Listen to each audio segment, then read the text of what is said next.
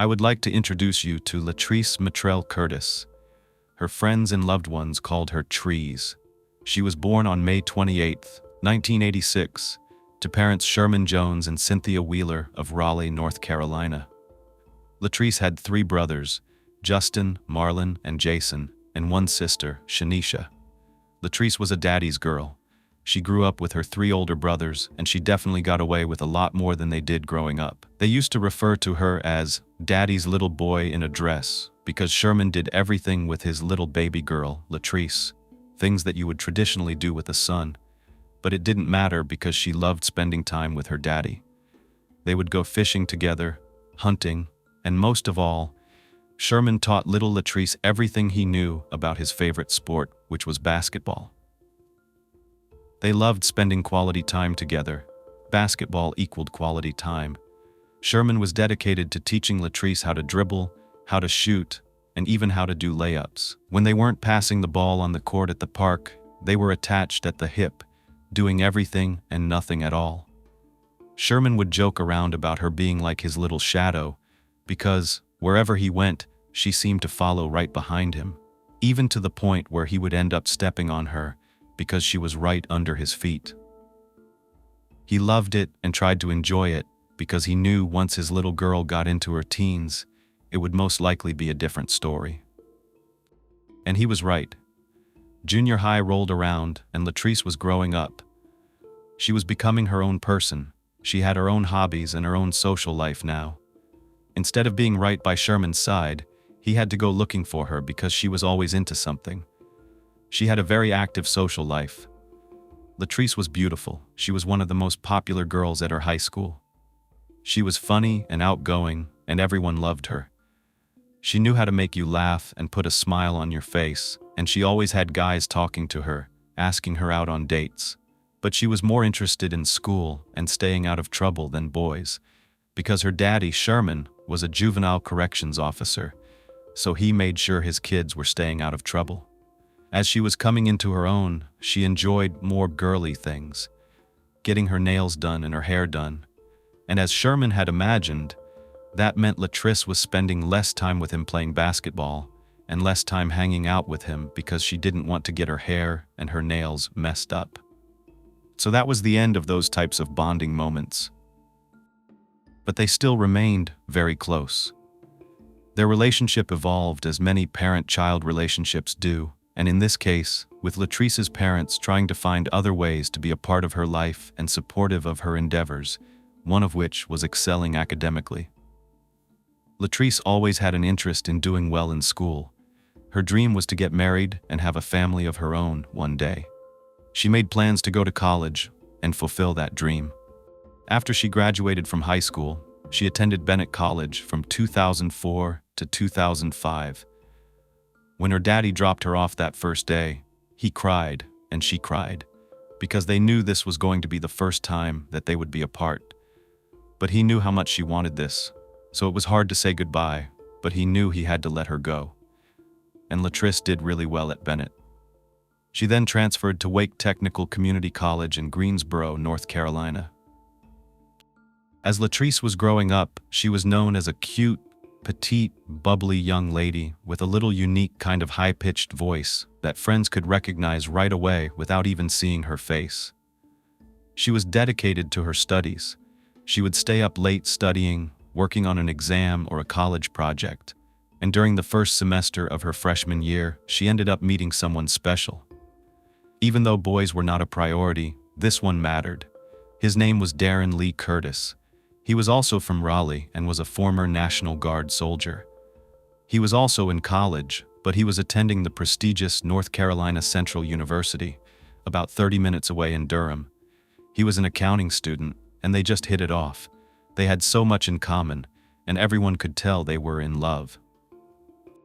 Sometimes it's hard to get into a serious relationship in college, but it worked for these two because they were both serious about their studies. They allowed each other that time to sit there with their nose in a book, and they understood their priorities. They were also both working part-time in Raleigh. Latrice worked in human resources at the Sears department store in Triangle Town Center Mall, and Darren was a part-time accountant with a firm also in Raleigh, so he had a 30-minute commute from school to work every day. They both valued hard work and being loyal to the company they were working for. They had also chosen to go the business route in college because they envisioned it would enable them both to get a high-paying job. Neither one wanted to worry about the burden of not having the things they needed or wanted in life, especially because they wanted to be able to support a family one day without worrying too much about where the money was coming from. They didn't want that to stand in the way of their goals. Though she was focused on her future goals of making a good living, Latrice was not materialistic. She was humble and down to earth. She was the type of friend you could count on to give you really good advice when you needed it. Many of her friends would come to her when they were having problems, and she would give them honest and straightforward answers that just made sense. People who knew Darren said that he was kind, down to earth, and they seemed to make a perfect couple. After they had been dating for a while, Latrice finally introduced him to her family.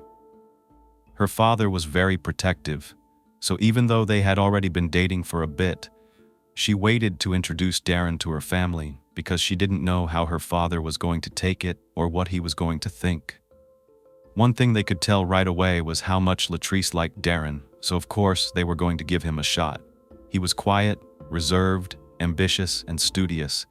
He seemed like a good kid. All they hoped was that he was good for their daughter. Well, just 1 year into their relationship, Darren and Latrice knew that they wanted to spend the rest of their lives together. But first, they wanted to spend their days and nights together instead of living apart, so they moved in together to a luxury apartment complex in Raleigh called Aberley Grove. It was nice. It had a little barbecue area with a pool, a cute little dog park, and even a park for children, which would be great when the time came for them to start a family. This would be a perfect starter home for them. The rooms were nice and spacious, and they had a really cozy feel to them, even though it was an apartment. There was more exciting news. Latrice was accepted to North Carolina Central University, and now both of them would be making the 30-minute commute from Raleigh. But it was such a great school, so it was worth it. Latrice was majoring in business management and administration. The couple couldn't wait. They were determined to share the same last name ASAP. So on April 27, 2007, 1 month before Latrice's 21st birthday, they got married at the courthouse in Wake County. This wasn't exactly the type of wedding that her family had in mind for her. They actually didn't even know the couple was planning a wedding, and it turns out no one did. Not even Latrice's closest friends. Her work friends, for instance, like her colleague Kimberly Parker Dasher, who had been working with her for the last couple of years. At this point, they had become really good friends. As a matter of fact, Latrice surprised everyone by walking into work one day with a smile from ear to ear, but she was also wearing something else, a wedding ring. And yes, everyone noticed because Latrice was definitely making it obvious. You know how women can be, that's how she was. She was ecstatic, she was so happy, and they said, "Oh my God, is that a ring on your finger?" And she's like, "Yes, I got married." And they were like, "What?" Because everyone was shocked. They did not see that coming. Latrice just seemed very responsible, and not that it was irresponsible to get married out of the blue, they just weren't expecting it. Well, there was one person that wasn't as excited about the matrimony, and that was Sherman, Latrice's dad. He was pretty upset that Darren hadn't even asked him for his daughter's hand in marriage or even gotten to know the family. Sherman had no clue that this man was going to make Latrice his bride, and he felt disrespected. He was mad at Latrice as well, and he let it show. It was the type of emotion where he knew she was an adult, but he made it known that he wasn't thrilled about her choices. He had a hard time even talking to his daughter. He just held resentment, so even when she would call to check in and see how everyone was doing, he would give her the cold shoulder. He would give her a hard time, saying something like, "What's wrong with you, girl? What's the rush?" He knew that Latrice had purposely kept their intentions from him because she knew how he might react, as protective as he was. But at the end of the day, he knew it was Latrice's choice, and she chose Darren. By the early part of January 2008, Latrice was going into her senior year at NCCU. She was still working part-time at Sears in Raleigh, and she'd been married to Darren for about 9 months. However, she began taking her business classes at night instead of during the day. She wanted to use the daytime to work because the couple was coming up on their last years at the university, and she had even bigger plans ahead. She wanted to start a family. No surprise, we already know that's one of her goals, and she shared this goal with her friends. Before the holidays, she confided in one friend in particular, Anisha Baldwin. Anisha had worked with her for at least 3 years at Sears, and Latrice actually said she wanted to try for a baby right after Christmas, but Darren wasn't ready. Darren was 26 and Latrice was 21. So was Latrice ready? There could have been some added pressure, considering that one of her closest friends was pregnant and due right after the holidays. Latrice had time, and right now she was focused on school and work. Speaking of which, after a long day of work and classes, she would usually arrive home around 8 o'clock in the evening. After class got out, she would make that 30-minute commute, and Darren would usually get home 15 to 30 minutes after her, so their schedules worked out perfectly. They had stuck to this routine for some time now. Nothing was different on the evening of January 29th. Latrice had class, and Darren was at work. What wasn't ordinary was the next morning, January 30th, 2008. It wasn't ordinary at all, especially not for David Jones, who was on his morning commute on his way to a meeting. It was approximately 7:30. On a cold winter morning in Raleigh, David was driving down Interstate 540, and as traffic was slowing down, David passed time by looking out the window. He looked to the right, and something caught his eye, so he did a double take. He thought, "What is that?" The side of the road at this time of year wasn't green and full of life. It was brown from the snow melting. There was dry, golden brown brush lining both sides of the road. He saw something lying up an embankment, and it didn't blend into the foliage. It stood out. David couldn't just leave. He pulled off the shoulder a little bit so that he could take a closer look without his car moving along the road. He thought he knew what he was looking at, so he called 911. He said he was going westbound on I-540, just past the Buffalo Road exit, and he thought he saw a body on the side of the road. To picture what David was looking at, I want to describe what this highway is like and what the terrain looks like on both sides. This will help you envision what David was seeing. By this time, it was light outside. He was going westbound, just past that Buffalo exit. The ground next to the highway was a golden brown color, short, dry, dead grass. There wasn't tall green grass or bushes. It was less dense, so anything on the ground would stand out. What David saw was something lying on the embankment, like I said, so it was on a bit of an incline, up toward more of a wooded area. After that call, he was 100% certain that he knew what he was looking at.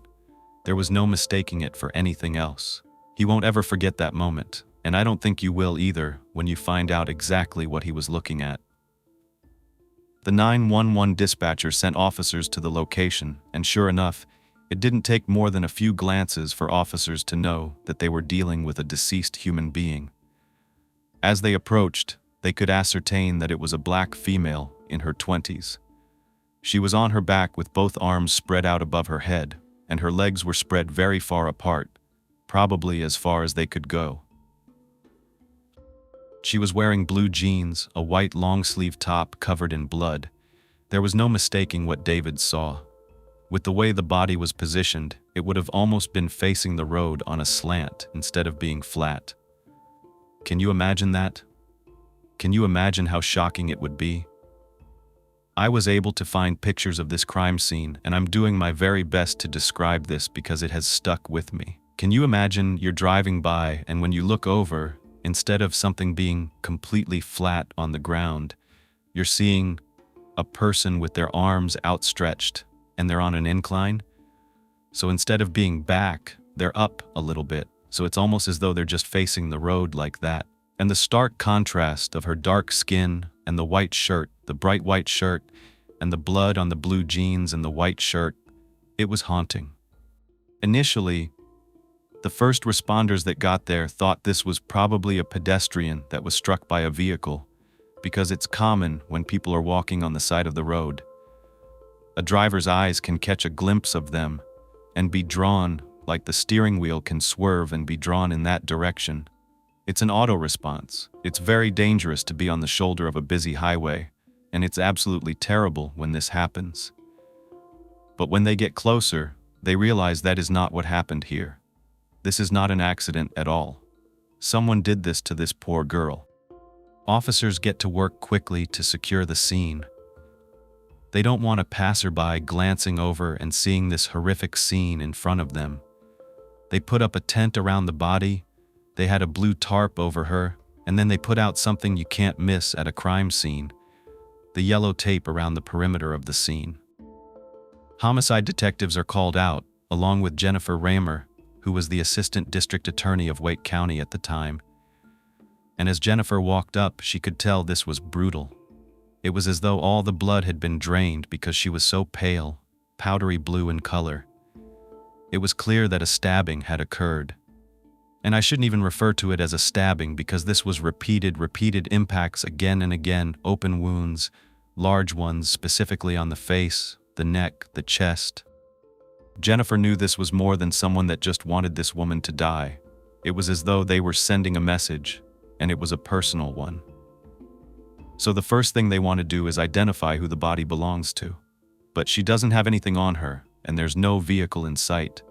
So, who was their Jane Doe on the side of I-540? Investigators don't have much to go on. This is a very busy section of the highway. Cars are rushing by, hundreds of cars every hour. They don't know how long she's been lying there, but they estimate from the condition of her body that it has been hours. At this point, they're thinking, can we even find any eyewitnesses that would have seen anything as they're passing by at a high rate of speed, in addition to peering out through a blanket of darkness at night? There is a slim chance. So they rely on clues that may be nearby at the scene. Some investigators begin walking on foot down the highway in both directions, while others get into their vehicles to canvass the entire area. They do end up locating Latrice's phone. It was found several hundred feet from her body, turned off and exposed to rain and other environmental elements. But not even half a mile from where the woman's body was found, investigators see two cars parked on the side of the road, a white Honda Civic and a white Nissan Sentra. And there's a man standing by the Nissan, peering inside with the door wide open. What's going on here? And are these cars connected to their Jane Doe? Wait until you find out who this man is. It was a shock to detectives, that's for sure, because they're questioning him right away, asking, "Better identify yourself." And he explains that he's the husband of Latrice Curtis. And guess what? He reported her missing just about an hour earlier. He says he just found her car, the white Nissan, on the side of the road, so he stopped to see what was going on. It's plain to see the Nissan has been involved in a crime, a bloody one. It doesn't even take a search of it to see evidence that there has been a struggle. It's apparent just by looking at the driver's seat. There's blood all over it. And Darren is standing right next to it. So clearly, investigators need to get Darren away from the vehicle and run the license plate number to match the car to its registered owner. And sure enough, the search comes back to Latrice Curtis. They pull up the ID and they see her picture, and they were able to do a preliminary match to the woman's body they found. And that's really sad. Now they have a name to match to their victim, and it's time to gather Latrice, transport her to the coroner's office so that they can do a full autopsy and a 100% DNA confirmation of her identity. And you probably already made this connection, considering we are here today, and we wouldn't be if something bad hadn't happened to poor Latrice. But I have to backtrack so that you can get all the facts as they're playing out that fateful morning. Investigators bring Darren to the station, and they're asking him, "How did you end up at Latrice's car just minutes before detectives arrived, and less than an hour after you reported her missing?" So he begins his version of the story. Darren explains he gets a call from Latrice around 10 p.m. the night before. It's a normal call. Nothing seemed like it was out of the ordinary. She said that she was running late from class, She'd been in the library studying and whatnot, and now she's on her way home, but she may stop and get a bite to eat first. She tells him to expect her home around 11:30 p.m. The thing is, Latrice never makes it home. And you'd think that her husband would find that a little bit odd, right? Because investigators are kind of puzzled when they ask him about that. Darren said he was so tired that he just fell asleep. I mean, I personally couldn't sleep if my loved one wasn't home, but that's me. And I get it, everybody's different, and this was an ordinary night according to Darren, nothing to think twice about. However, this was not an ordinary night. Not at all. They want to know, when did you realize your wife hadn't come home the night before? Darren explained he woke up at his usual time, around 6 or 7 o'clock in the morning. And they're like, wait a minute, you went to sleep? You never woke up once? You never checked if your wife came home? And he's like, I was asleep. But when I woke up, yes, I realized Latrice is not in bed with me.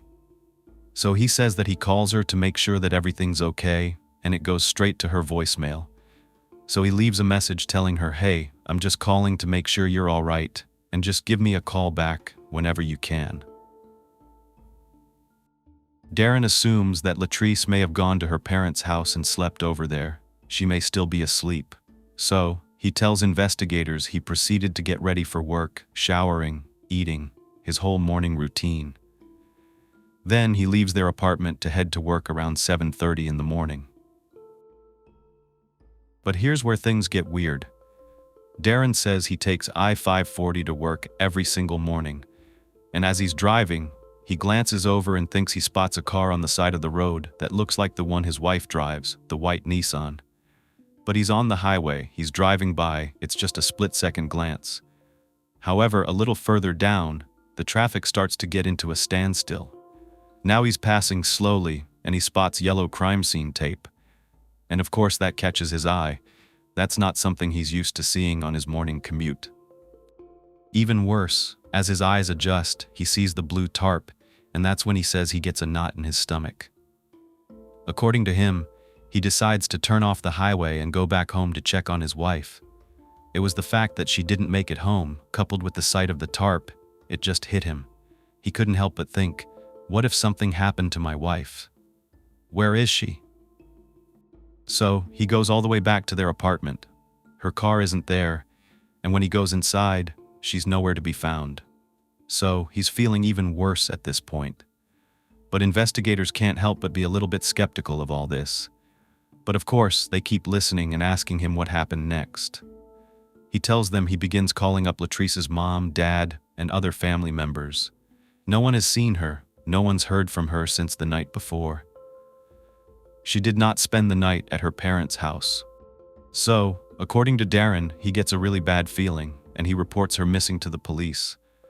Okay, so they still want to understand how he ends up at her car, basically at the same time that the detectives are out there. He explains that, as he's on the phone with the police, he's also retracing his wife's path. He remembers the white car, and wants to check on that white car he saw on the side of the road on Interstate 540. So he gets back on the highway to find it, and sure enough, when he pulls off to check, he's able to identify that it's hers within seconds. And that's when he tells detectives he got out of his car, went to the driver's side, and opened the door. Perfect. His fingerprints are now on it. I mean, not that they wouldn't have been, they probably both drove the car at some point, they lived together, but just wait. As soon as he opens the door, he looks inside and notices there's a broken console, there's blood on the door. He also spots a picture of Latrice from Christmas, crumpled up and lying on the back seat. Then, that's when the law enforcement officers arrived at Latrice's car, meeting up with Darren after they had just come from the nearby homicide scene. I don't know about you, but it sounded a little too coincidental. And that's what detectives were thinking as well. Darren somehow arrives at his wife's car, his deceased wife's car, his murdered wife's car, before the detectives. The car is also considered a crime scene, so he's at the scene of a crime. With a story like this one, that would be pretty convenient if he were the one who did this, wouldn't it? Oh no, it wasn't me. I just got here. Like, I'm just checking up on my wife. Why didn't you do that last night? They followed normal procedure. They asked Darren to allow them to examine his clothing as well as his body, his arms, hands, etc., to see if there's a sign that any kind of altercation happened.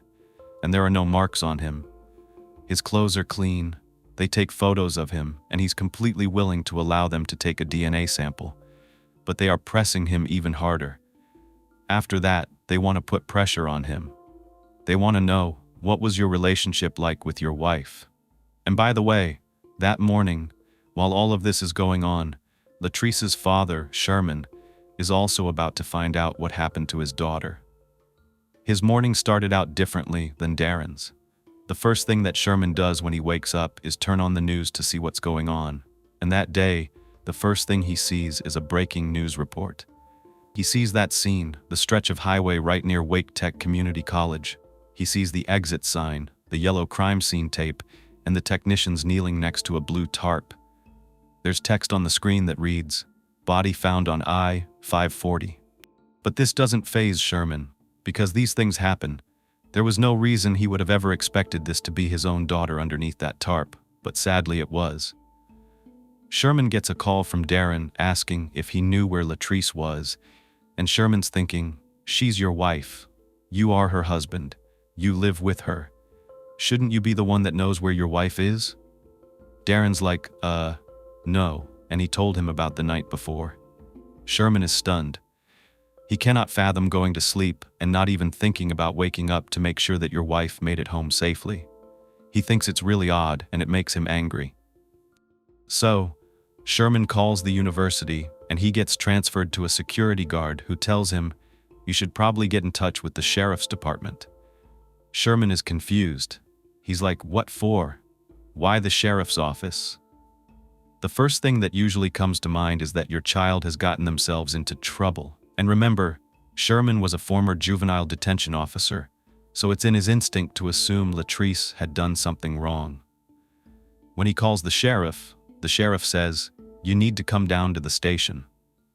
So Sherman and his wife jump in the car, and they are speechless the entire drive.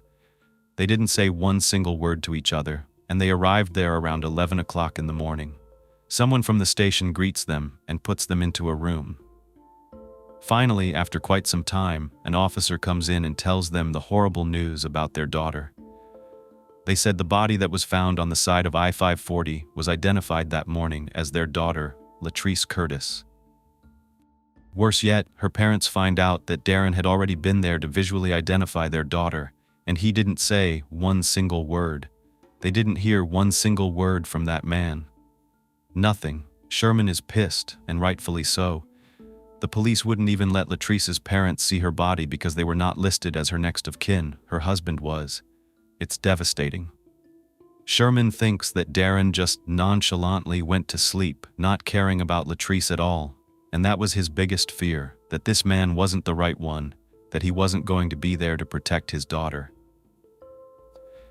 They didn't get to see Darren that day, but Sherman wanted to see him for sure. And I think you might know why, because he wanted to give him more than just a piece of his mind. Darren never got in touch with Latrice's family, and just wait, you'll understand more later. But it didn't matter. They wanted nothing to do with Darren, because Sherman's mind was set. That man didn't protect his daughter. That man hurt her. He's about to go off at the police station. He's like, let me get my hands on that man. And it makes sense that a lot of emotions would be running high.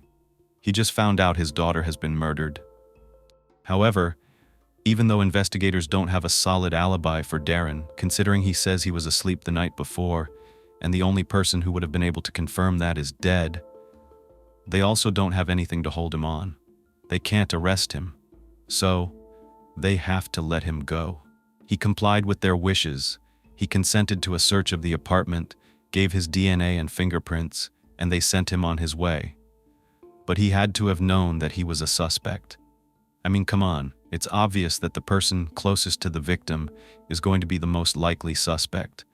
Nevertheless, investigators have to gather more evidence, no matter what. At this point, the crime scene had become a media frenzy. A beautiful young college student found dead on the side of the highway. It made for a very good headline for newspapers and TV. But sometimes, That is a necessary evil to get people's eyes on a case, to get the attention it needs in order to be solved. The search of the apartment that Latrice shared with Darren didn't show any signs of a struggle. They also conducted a search of Darren's white Honda Civic, and there was no physical evidence that a crime had been committed or that a struggle had ensued. At this point, there's nothing linking Darren to the crime scene or the murder of his wife. He said that they were happy, they were in love, and they didn't have any marital issues whatsoever. Well, there's about to be a discovery during Latrice's autopsy that may change that perception. For now, Darren is left to grieve the death of his wife, and investigators move on to the next lead while they're in the apartment complex. Investigators go door to door to interview neighbors. They want to get an outside perspective on the newlyweds. One neighbor, 29-year-old Jonna Washington, said that the couple was quiet and she mostly kept to herself. However, they had talked on several occasions, just casual hellos, you know how neighbors do, like, "How are you? What's new?" That kind of thing. Jonna said she's a counselor at Wilson Community College, and she had never seen Darren at the apartment complex, ever. Even on her way, coming and going to and from work, she never saw him once. But another neighbor, Tanya Shields, said she saw Darren almost every day. Both neighbors say that Latrice usually arrived home around 8 p.m. However, Tanya was in the parking lot the night before, working on her car until about 9 p.m., and Latrice never pulled in. Darren, however, did return. It was about 8:15 or 8:30 p.m., and Tanya said he was carrying a leather briefcase and a shoulder bag that was the size of a laptop. Neither one of the immediate neighbors said that they had ever heard the couple arguing, but it didn't appear that they were that happy either. It didn't seem like they were in love or anything like that, because Tanya said she never saw them smiling. This is interesting information from the people who see them on a regular basis, but to be fair, these neighbors were not friends with the couple. It's still valuable information, especially the part about Tanya seeing Darren come home that night. Still, this doesn't move the investigation forward, so they start to interview people close to Latrice, one of whom is her friend Kimberly. She considers herself Latrice's best friend. She had just found out that Latrice was dead, her mother told her, and it was shocking. Kimberly had already heard about the body that they found on the side of the highway, but it being Latrice, somebody she knew, it never crossed her mind. But when she got home from work, her mother rushed over and said, "Kimberly, that body that they found, it was Latrice." She can't believe it. She kind of fought it, saying, "No, it's not, it can't be." And her mom kept saying, "Yes, it is." She really just broke down, saying, "I don't think it's her because she just called me last night." That's right. Latrice made another phone call that night, and it was after the one to Darren. So what was it about? Well, Kimberly goes down to the police station to give investigators the information that she has about Latrice. Isn't it interesting that both people who were closest to Latrice got a phone call around 2 a.m.? Isn't that kind of weird? Think about it for a second. Who do you think used her phone to make those calls? Because Latrice was most likely deceased at that time. Kimberly tells them that something very eerie occurred the night before, and she thinks it may be connected to the murder. She says that she was asleep and heard her phone ringing in the middle of the night. It could have been somewhere around 2 o'clock in the morning or so, and it woke her up. She was surprised to see the number that was calling because it was Latrice, and Latrice never calls that late. So she was worried and quickly answered it, saying, "Hello, Latrice," but nobody said anything. As quiet as her room was that night, Kimberly could hear noises on the other end. She could hear wind and a distinct sound of cars rushing by on a road. It sounded like she was near the highway or something, and she could hear what sounded like footsteps on gravel, but no one was saying anything. It was odd. She was confused. She just sat there and listened for a bit and got this gut feeling inside that she shouldn't hang up. At this point, she's calling out to Latrice, just repeating her name over and over again, almost yelling into the phone, "Latrice! Latrice!" just over and over again, and no response. So finally, she hung up, but she doesn't feel right. It scared her. It felt wrong. and she tried to call back, but this time the call went straight to voicemail. Kimberly wanted so badly to call Darren, but she didn't know his number. Now that she knows what happened to Latrice, Kimberly wished that she would have stayed on the phone and listened.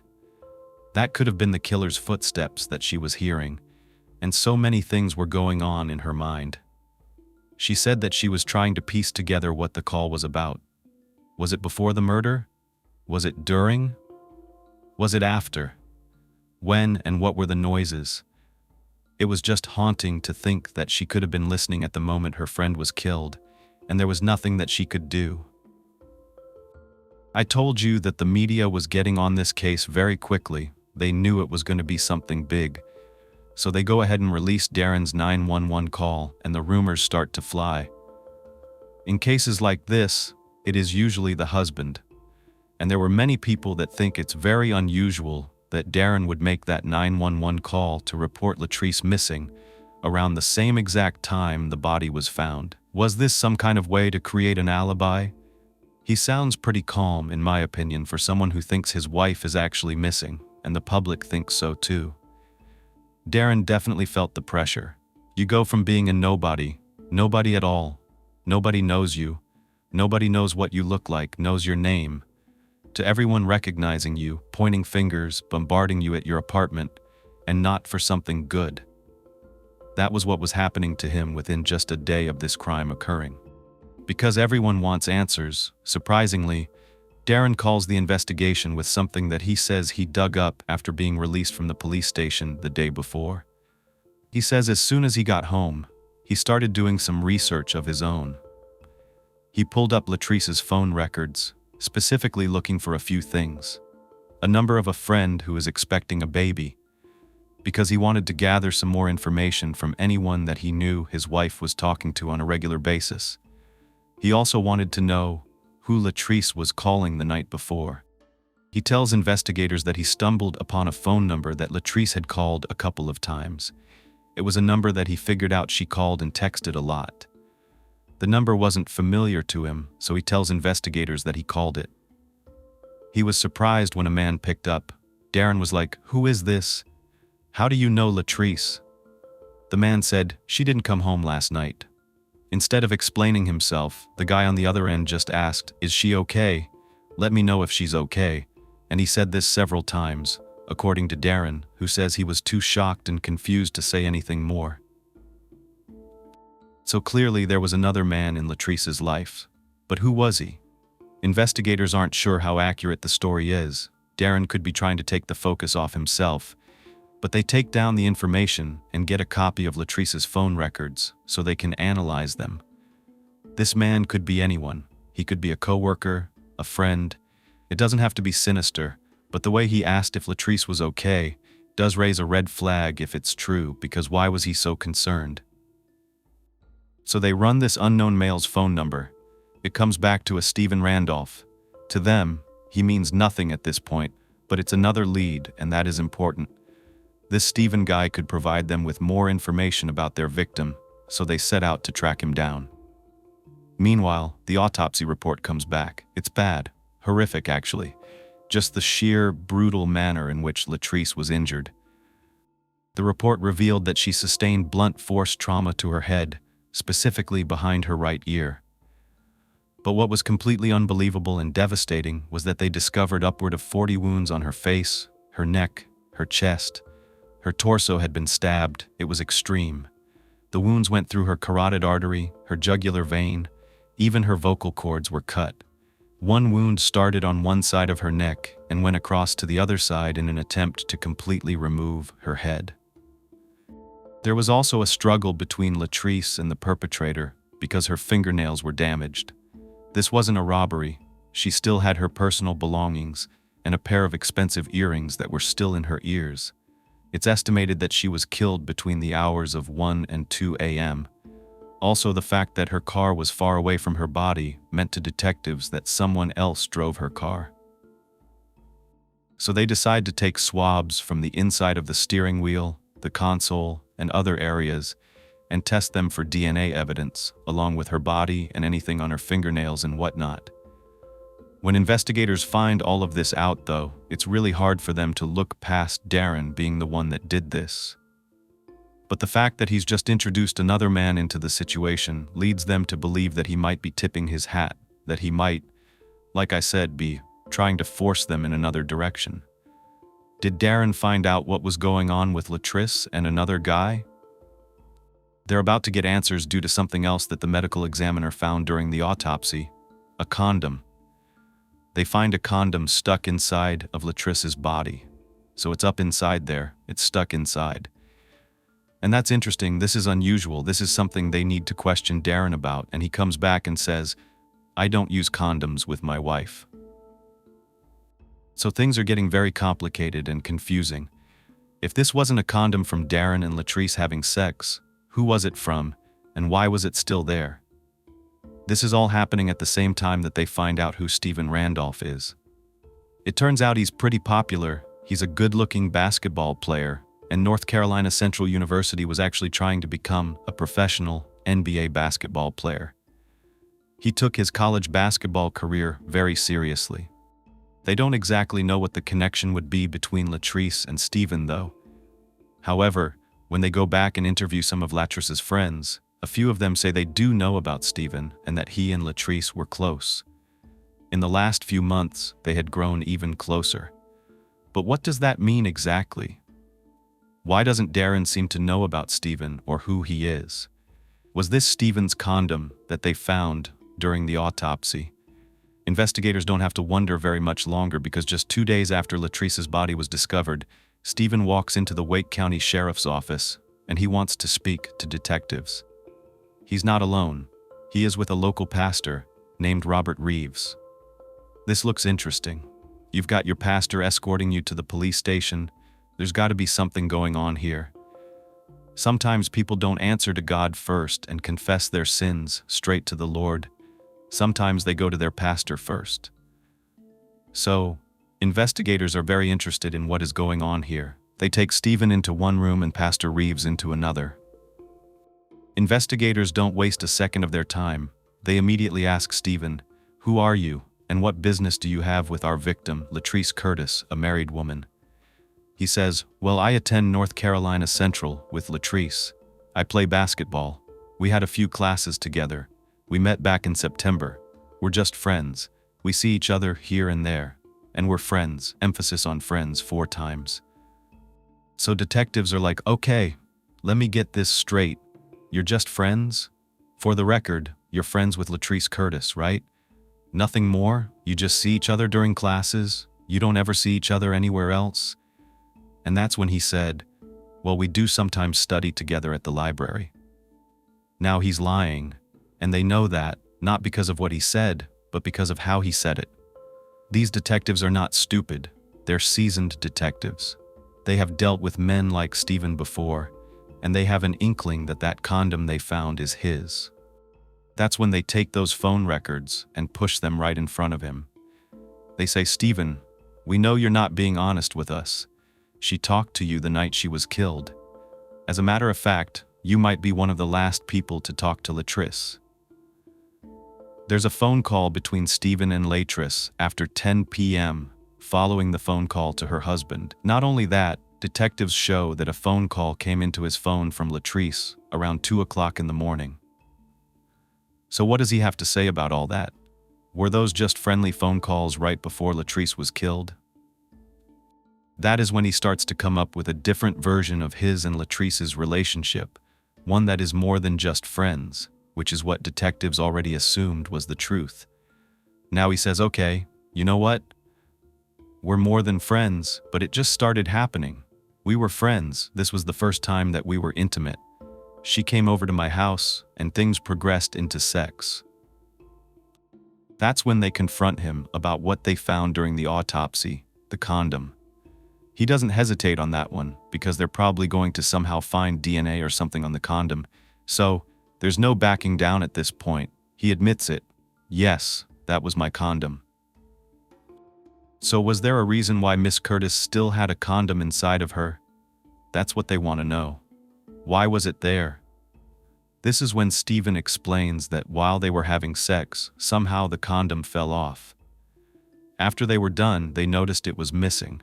They couldn't find it anywhere. So, naturally, they assumed it was inside Latrice. Stephen explained he tried to retrieve the condom, and Latrice tried to retrieve it too, but neither one of them could get it out. Yes, the condom was trapped inside, and they didn't know what to do. They were both concerned, clearly.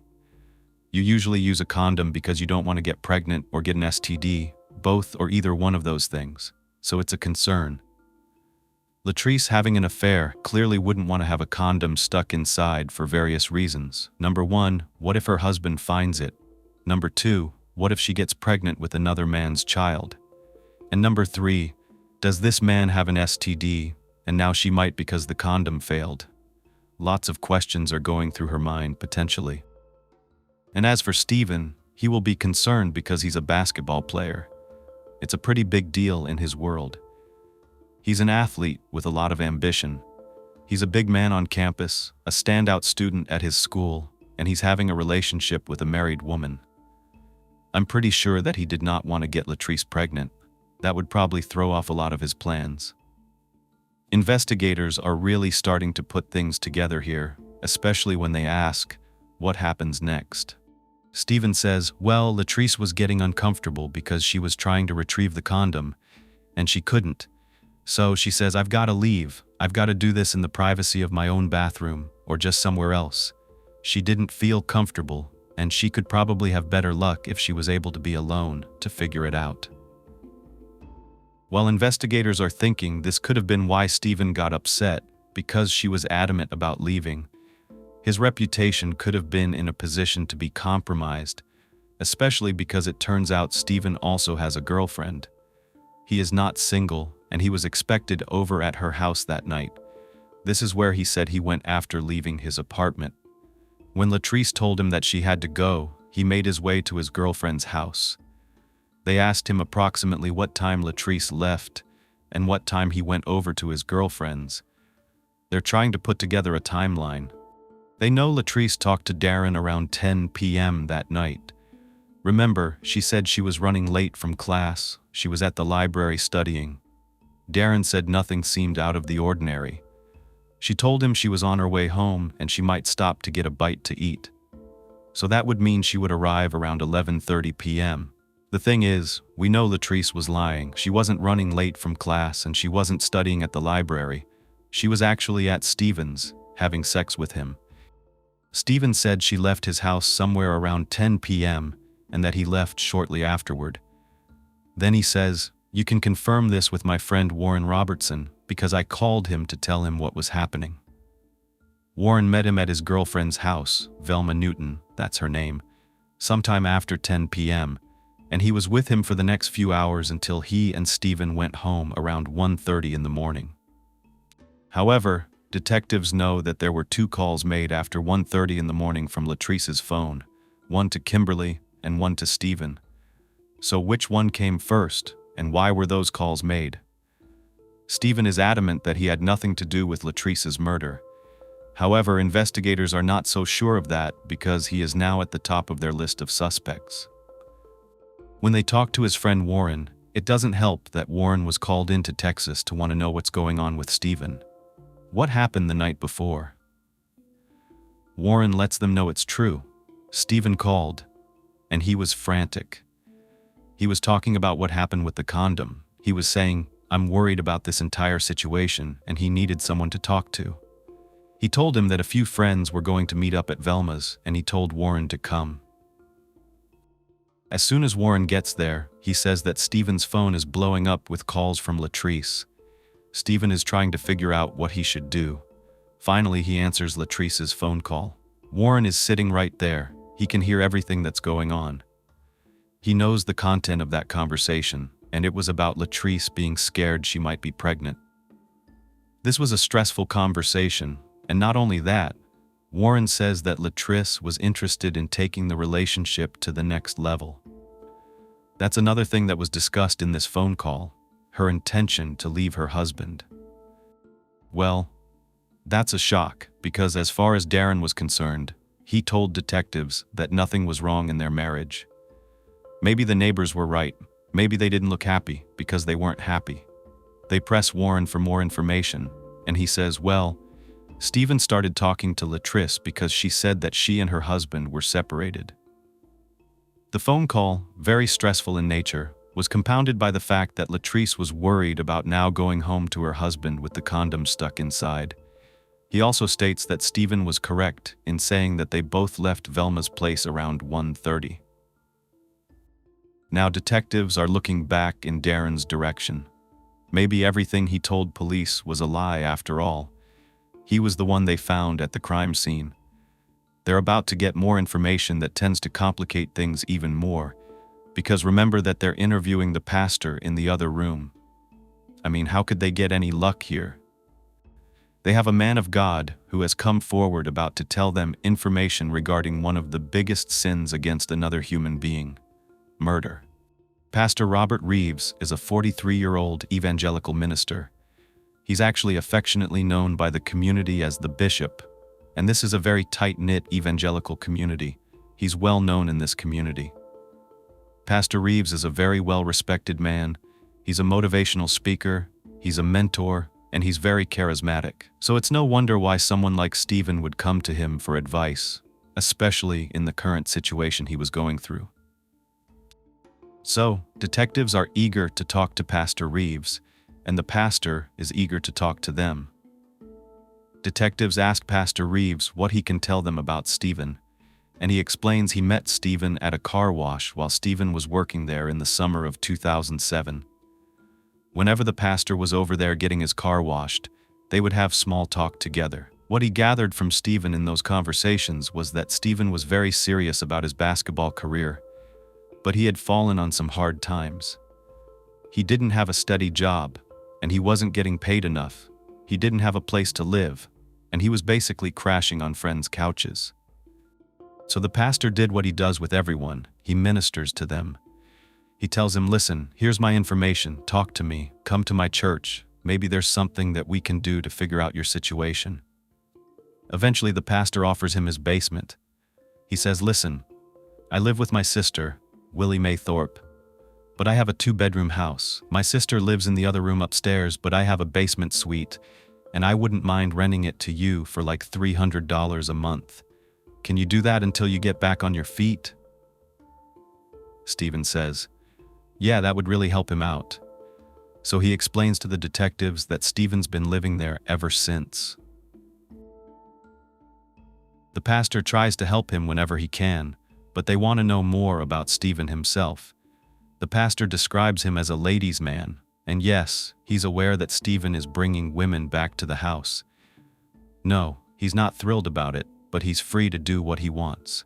The detectives specifically want to know about the night of the 29th, and Pastor Reeves explains that he did know about a woman that Stephen brought home that night. He confirms Latrice had been there. He said he saw Latrice's white car in the driveway when he was on his way to church service around 8 p.m. And he was at church until about 11 or 11:30, and when he came home, both Stephen's and Latrice's cars were no longer there. He was at home for the rest of the night, and he did not notice anything unusual. But the next morning something happened. Stephen confided in him about a phone call between him and Latrice sometime around midnight. Detectives want to know more because they know there was a phone call that was made in the middle of the night, and maybe when Stephen was relaying it to the pastor he said midnight, but it was really like 2 a.m. According to Pastor Reeves, Stephen said the phone call was in regard to Latrice wanting to take the relationship to the next level. From Pastor Reeves' perspective, it seemed like Stephen was implying he wasn't interested in having a deeper relationship with Latrice, that it was just a sexual encounter. Besides, this is a man who already has a girlfriend, and Latrice is married, so this kind of piques the investigators' interest, because they didn't hear that version from Stephen himself. This is the second time they're hearing about a relationship being taken to another level. The tone in Pastor Reeves' voice is one of disappointment mixed with accusation. It really seems like the evidence is pointing to Stephen.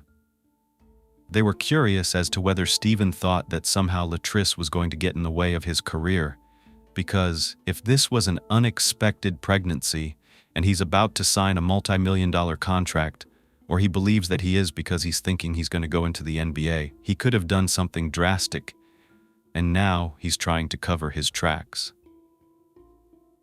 Not only that, Pastor Reeves mentioned, by the way, that Stephen has a knife and sword collection. So they executed a search warrant for Stephen's car and the home that he shares with the pastor. They also want to make sure to interview Willie Mae, Pastor Reeves' sister, as well as Velma Newton, who was Stephen's girlfriend. I know there were a lot of players in the story, and I'm doing my very best to keep track of each and every one the best that I can.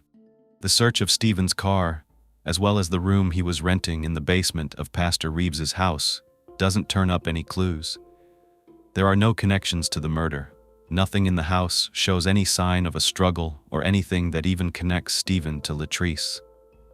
However, when detectives are at Pastor Reeves' residence, they're doing a very thorough investigation, and they run the license plate of a minivan that's sitting in the driveway. This minivan belongs to Pastor Reeves. However, there's a hit on the license plate, being involved in some kind of traffic incident on January 30th around 1:30 in the morning. That was just 6 hours before Latrice's body was discovered. It turns out a state trooper named Isaac Cooper from the North Carolina Highway Patrol is driving around checking for disabled vehicles. That was part of his routine that night. He's going along Interstate 540 and sees a minivan. It's on the shoulder on the eastbound side, and it has its hazard lights on. So he stops to make sure everything's okay, and when the officer gets to the vehicle, no one's inside. That was odd. The hazards are on, the windshield wipers are going, the windows are kind of open a bit, and the driver's side window is halfway down even though it's raining. So he checks the door, and it's unlocked. The keys are still in the ignition, but no one's there. He thought that was really weird. So he's looking around, and he notices on the opposite side of I-540, now this is westbound, there's a white car, and it has its hazards on as well. The trooper went ahead and ran the license plate of the minivan. That's why it's in the system. However, he never got a chance to get the license plate of the other car because he got called away. Once he was given an update about the minivan not being stolen, he kind of dismissed the incident altogether. Plus, that vehicle was no longer there. However, after getting the description of the vehicle on the other side of the highway, investigators realized that was most likely Latrice's vehicle. Not to mention, the location that the trooper gave them for the white vehicle wasn't where it was ultimately found. That location was actually where the body was found, so that car had been moved to its final destination after the trooper had seen it across the highway in close proximity to a minivan belonging to the roommate of their prime suspect, Stephen Randolph. Since they have Pastor Reeves still there, they ask him if he knows or has any explanation as to why his vehicle would be located on the side of the road at 1 o'clock in the morning, the night of Latrice's murder. And he's like, wait a minute, no, I didn't put it there. But he has an explanation. The only other person that has a key to that vehicle is Stephen, and he uses it all the time. As a matter of fact, he was driving that vehicle the past couple of weeks because his car was in the shop being repaired. Now, I told you this case was going to be confusing, but detectives don't really think it is. They know that Stephen left Velma's around 1:30. According to Warren, whose vehicle was he driving, or whose vehicle did he possibly pick up after returning back home? When I say home, we know it's Pastor Reeves' house. Did he possibly tell Latrice that he was going to meet her somewhere, and that was what the phone call was about at 2 a.m.?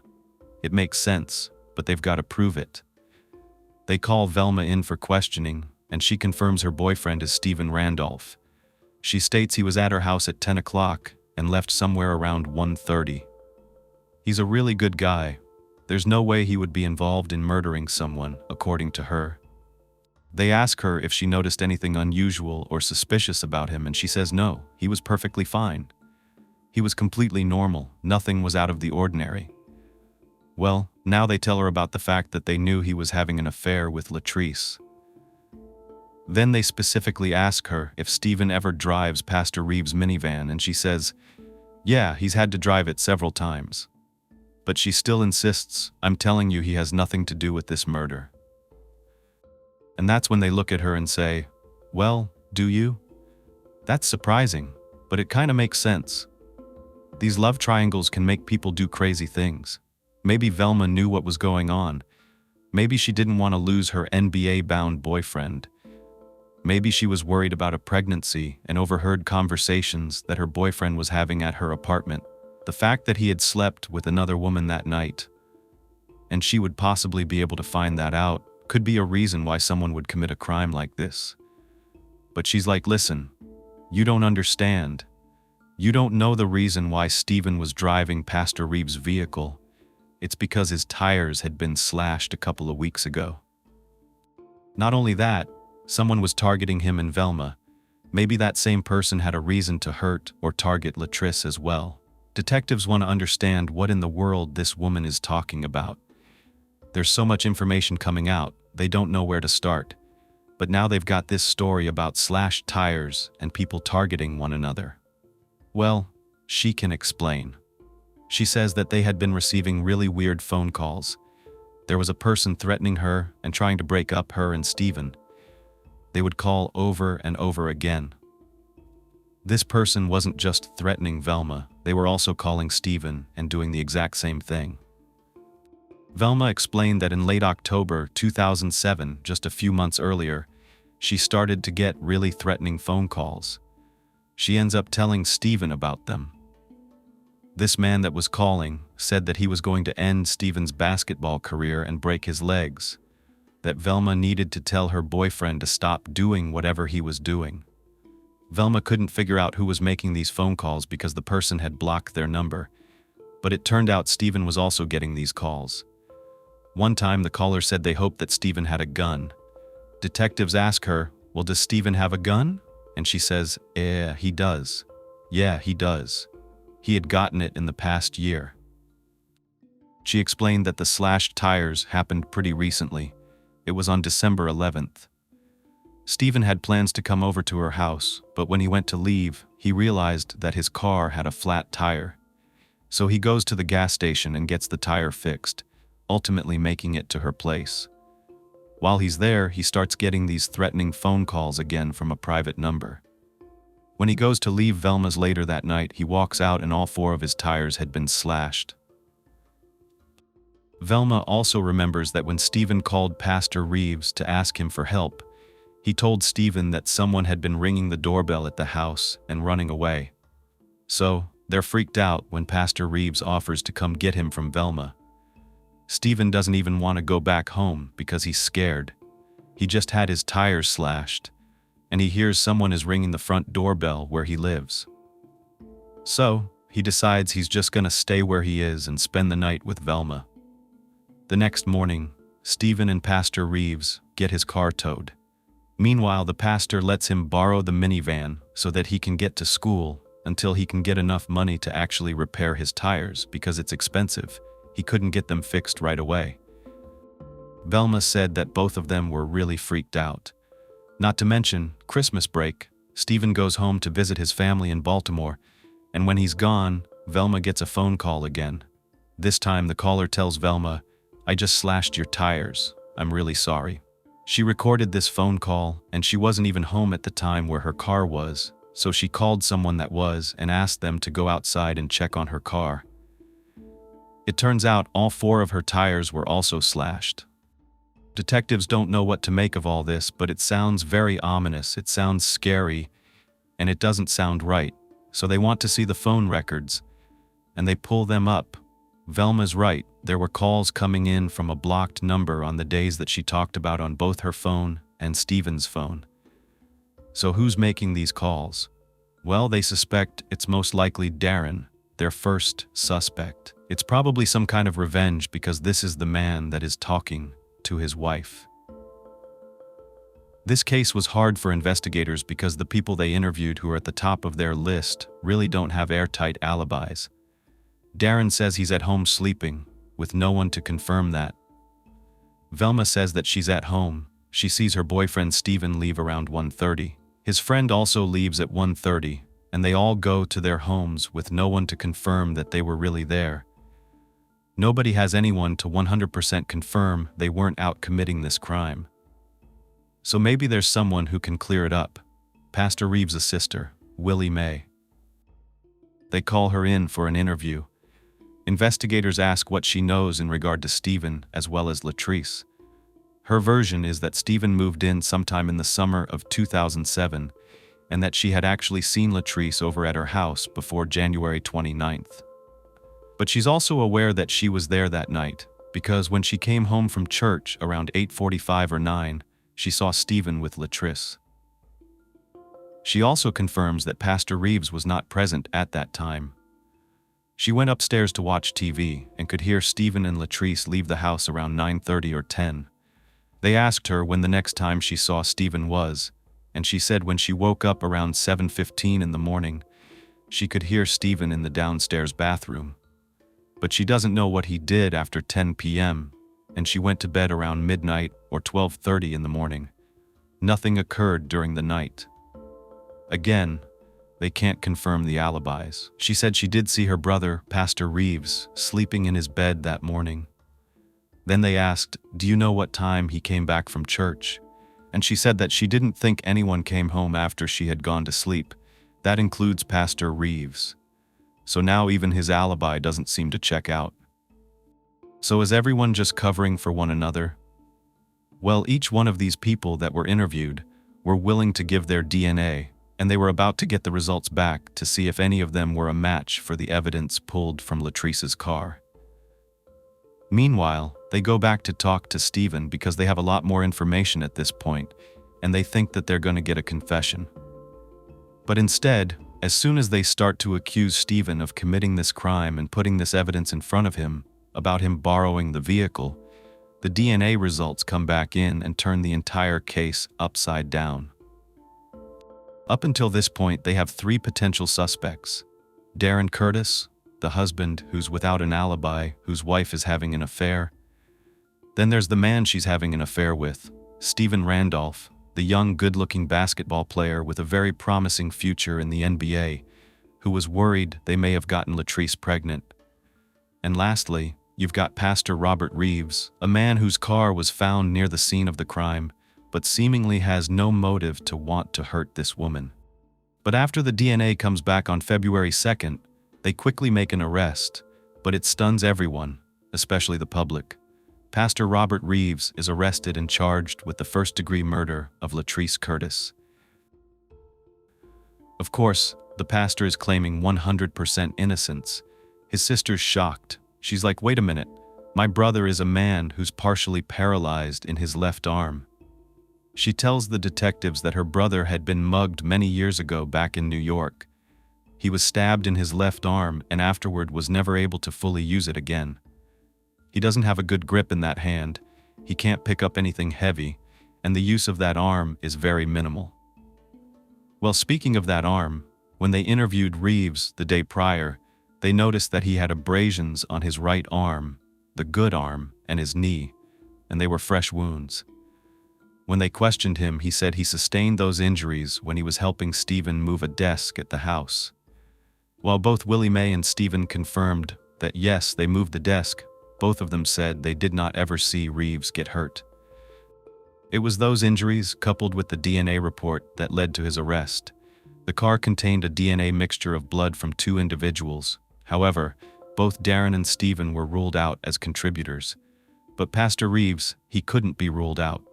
The report stated verbatim that the probability that someone other than Pastor Robert Reeves in the North Carolina African American population contributed to the DNA discovered on Latrice's steering wheel was 1 in 147,000 people. So a very slim chance that it was anyone else except for Pastor Reeves. He also has a criminal record that was sexual in nature, but it didn't include any violent crimes. The community seemed to agree that Pastor Reeves was not guilty. Even Latrice's parents were perplexed. Sherman's mind was made up. He thought Darren was the perpetrator, and this arrest divided a lot of people in the community. The congregation is angry. They think the police have the wrong guy. But that's because the police are very tight-lipped about what other evidence may have linked Pastor Reeves to Latrice, and the public had to wait almost a year until the trial to find out what it was. But you don't have to wait that long, because I'm obviously going to tell you exactly what investigators were trying to keep close to their vests.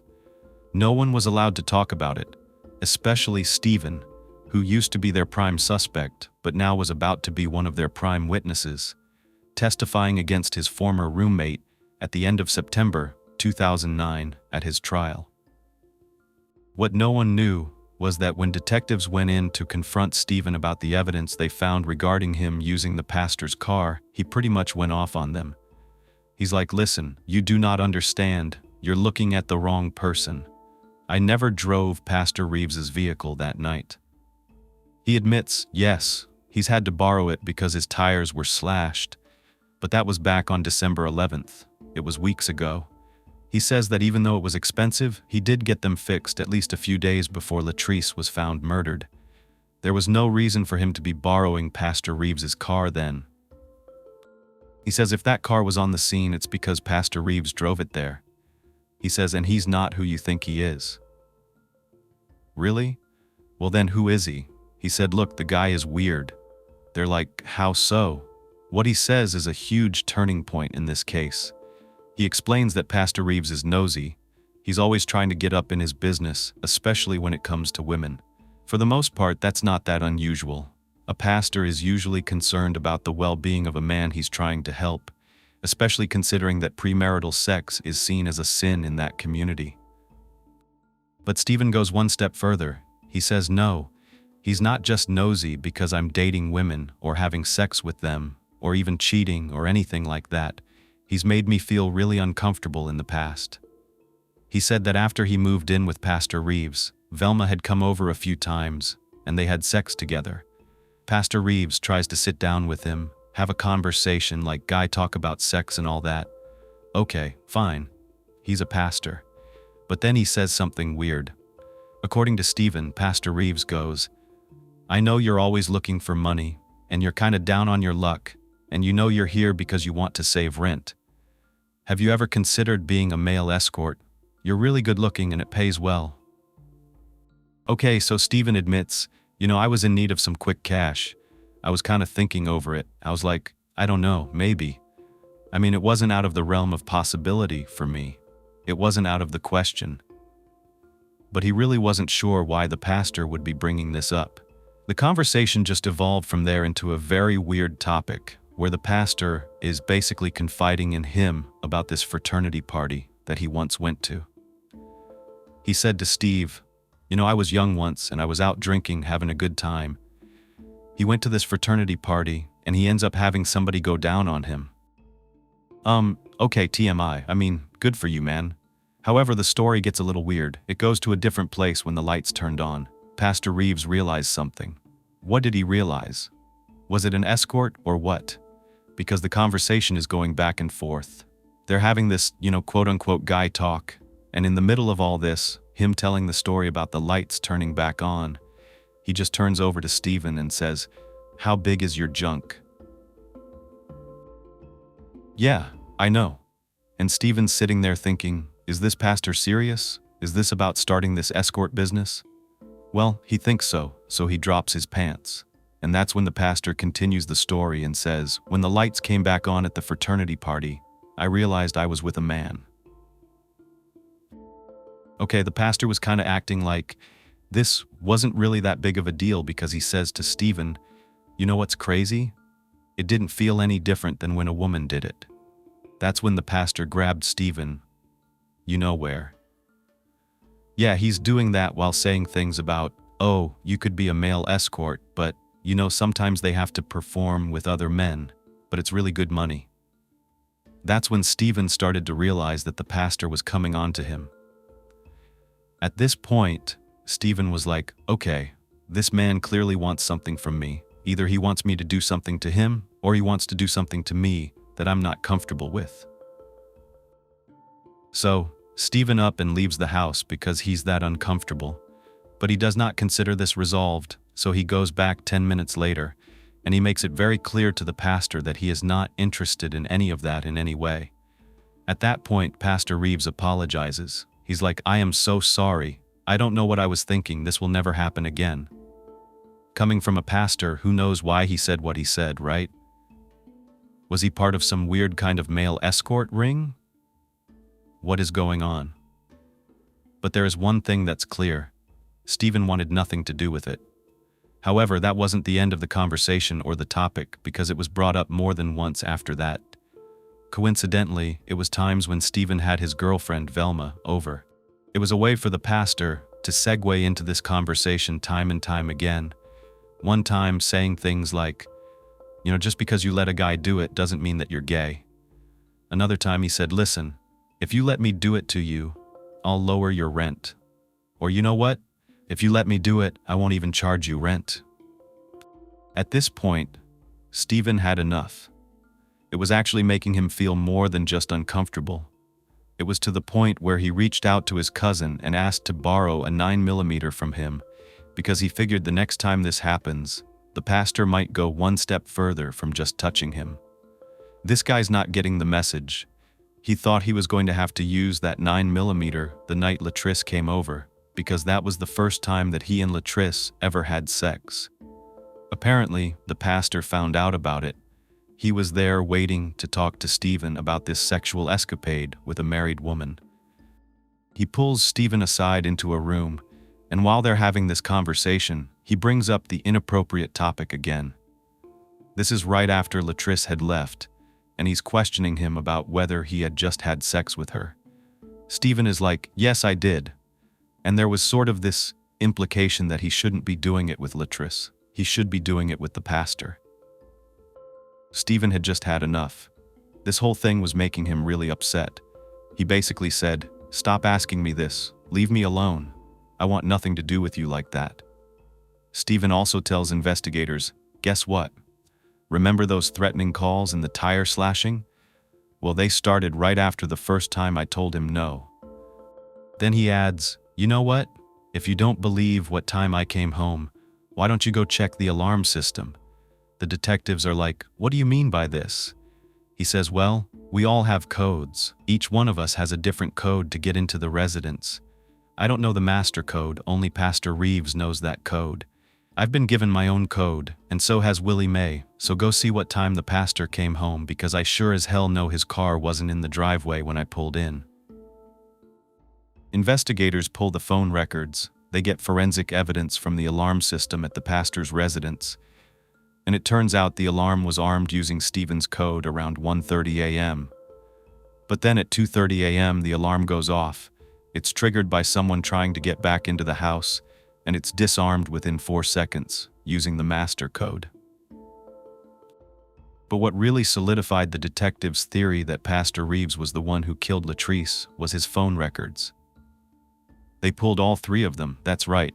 The pastor had 3 phones. A house phone, a cell phone, and a fun phone. That's how this man referred to that 3rd phone. This was a phone that was discovered to be being paid for by the church in the church's name, but was clearly being used for things outside of church purposes, for fun. That's what the pastor said.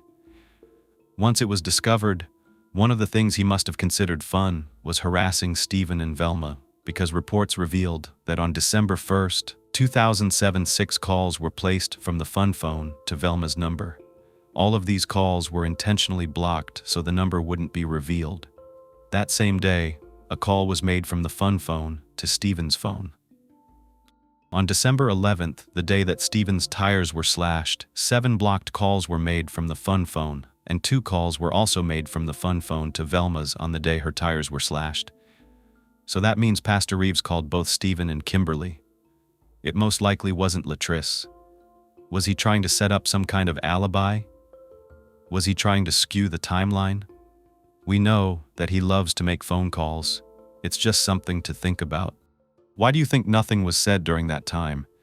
I don't think that Latrice's phone automatically dialed both of those people, and then it was off after that because it went straight to voicemail. So, he conveniently called those 2 numbers. It's just sick. After all of this evidence came in, they developed a theory, and this was the prosecution's argument at trial about exactly what they thought happened to Latrice and why. In her opening statement, the prosecutor paints a really frightening picture of Pastor Reeves, the opposite of what he's known for. a man that was becoming more and more obsessed with Stephen Randolph. It was that obsession, they believe, that led to Latrice's murder. On the night of January 29th, they believe that after Stephen and Latrice left, Pastor Reeves was overcome with jealousy, continuing to see these women coming in and out of Stephen's room, knowing that it wasn't Stephen that was allowing him to have a piece of him like these women were. So when Latrice left, Robert Reeves, in his jealous rage, followed her along that dark interstate, and somehow he convinced her to pull over. Maybe it's because he's a pastor. Maybe they knew each other. Maybe she thought something was wrong with her car, who knows? But when she pulled over, that's when they believed he took out all of his rage and all of his jealousy on Latrice. Not once, not twice, not a dozen times, but upwards of 40 times. Because the prosecution believes that somehow, some way, he thought if he got rid of these women, then Stephen would want to be with him. Then Stephen would let him do what he wanted to do to him. It's clear that this man used his authority in the church to do evil things. He used his authority and his position to get people to trust him, only to carry out inappropriate actions. 4 other witnesses also claimed that they had seen cars similar to those owned by Reeves and Latrice together on the highway that night near the scene of the crime. And remember that the trooper reported seeing Pastor Reeves' vehicle at 1:53 a.m. At the trial, an investigator came forward and said that he timed the drive from the location where Latrice's body was found to Reeves's home, leaving at 1:53, a man arriving back at Pastor Reeves' house at 2:23 a.m.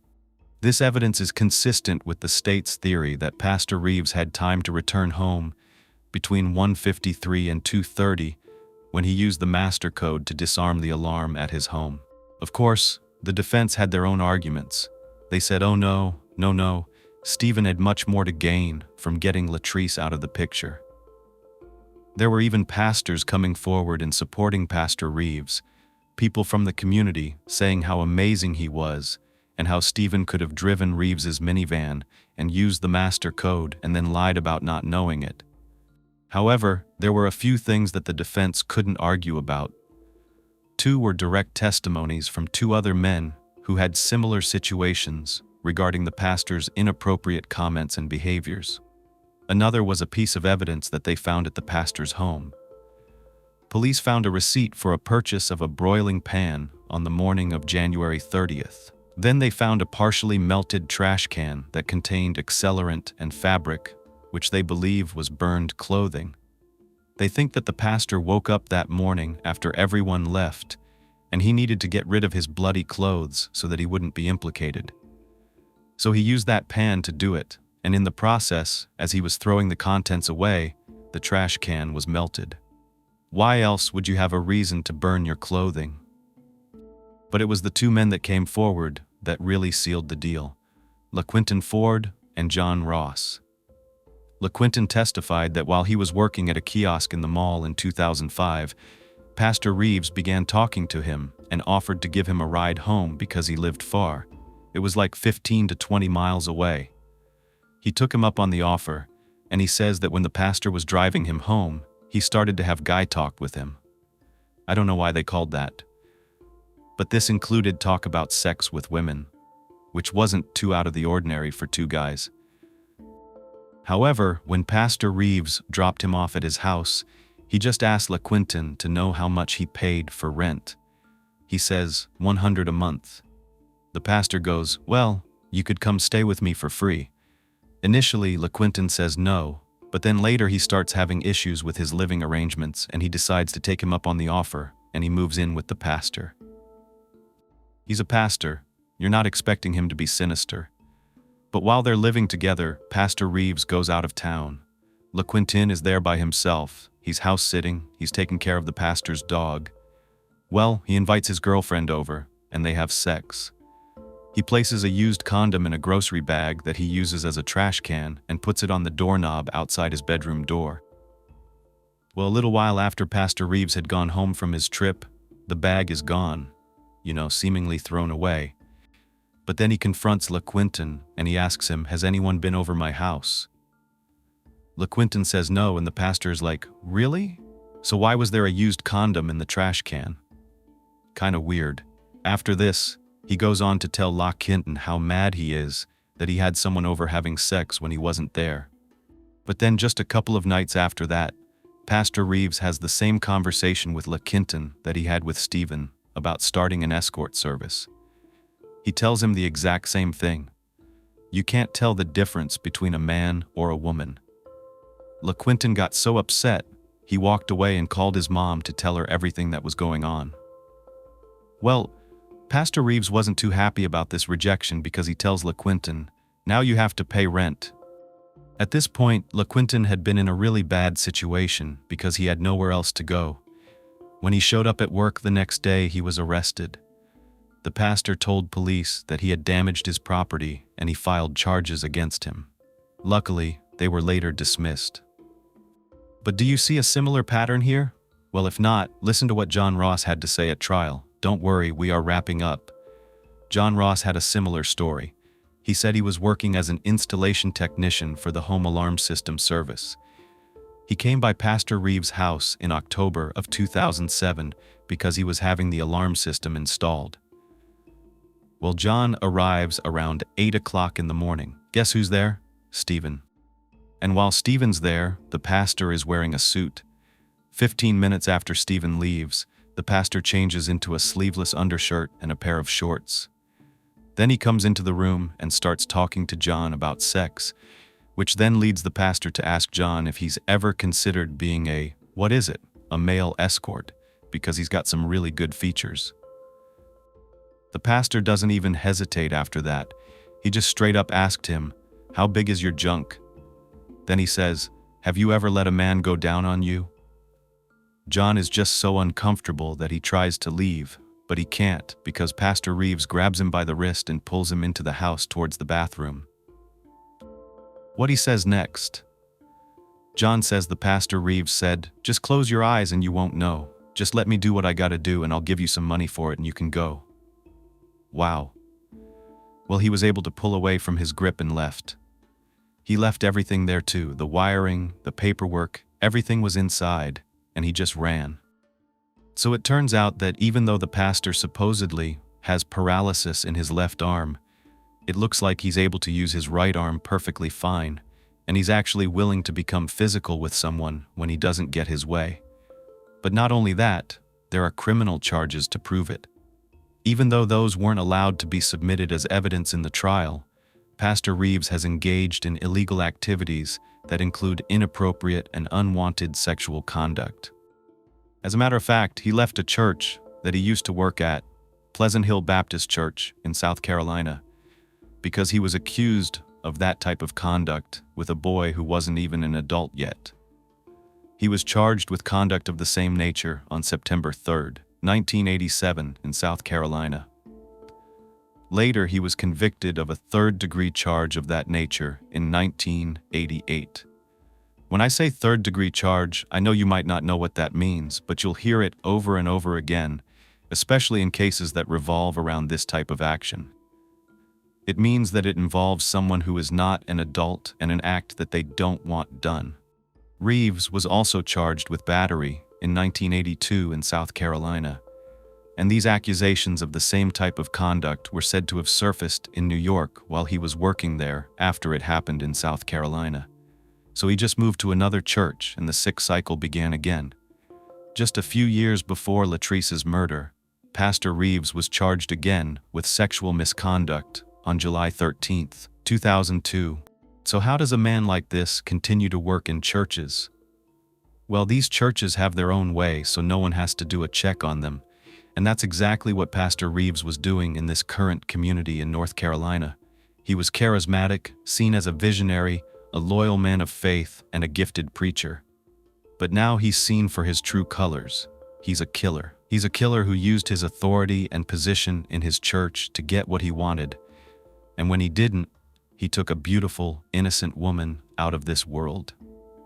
For that, he will spend the rest of his life in prison because the jury found him guilty and sentenced him to life in prison without the possibility of parole. These kinds of cases make me so upset. The fact that someone can use authority especially under the guise of a person who's supposed to be there for you, to mentor you, help you, and guide you. But all they're doing is guiding you into darkness, and even ending someone's life on account of not getting what they want. Imagine a young girl being excited about going to her senior year of high school, a talented athlete, popular in real life but also online, with a social media following of over 10,000 people. But then, the unthinkable happens. She vanishes without a trace. Now, to Virginia, Lovingston, Virginia, to be exact. But in order for me to take you there, we have to go back to Charlottesville, Virginia on June 5th, 1996. That's the day that Alexis Tiara Murphy was born to her mom, Laura Ann Murphy, and her father, Troy William Brown. Alexis has 3 brothers, Avery and Cameron Murphy, and Noah Thompson. Ultimately, Alexis and her mom moved about 40 minutes away from Charlottesville to rural Lovingston, Virginia, and lived with Laura's parents, Gail and Tony Taylor. Now, this town had a population of about 520. Here's what it looks like on the map. We can see a couple of churches, a market, some coffee shops, a bookstore, a library, and it looks as though McDonald's is the only or the main fast food restaurant in that area. Other than that, there are just a small number of homes scattered throughout the area and nothing but nature after that. And it was okay, because if anyone needed more than what this area had to offer, they could go to Lynchburg, Virginia, which was about a 35-minute drive. Lynchburg is a major city.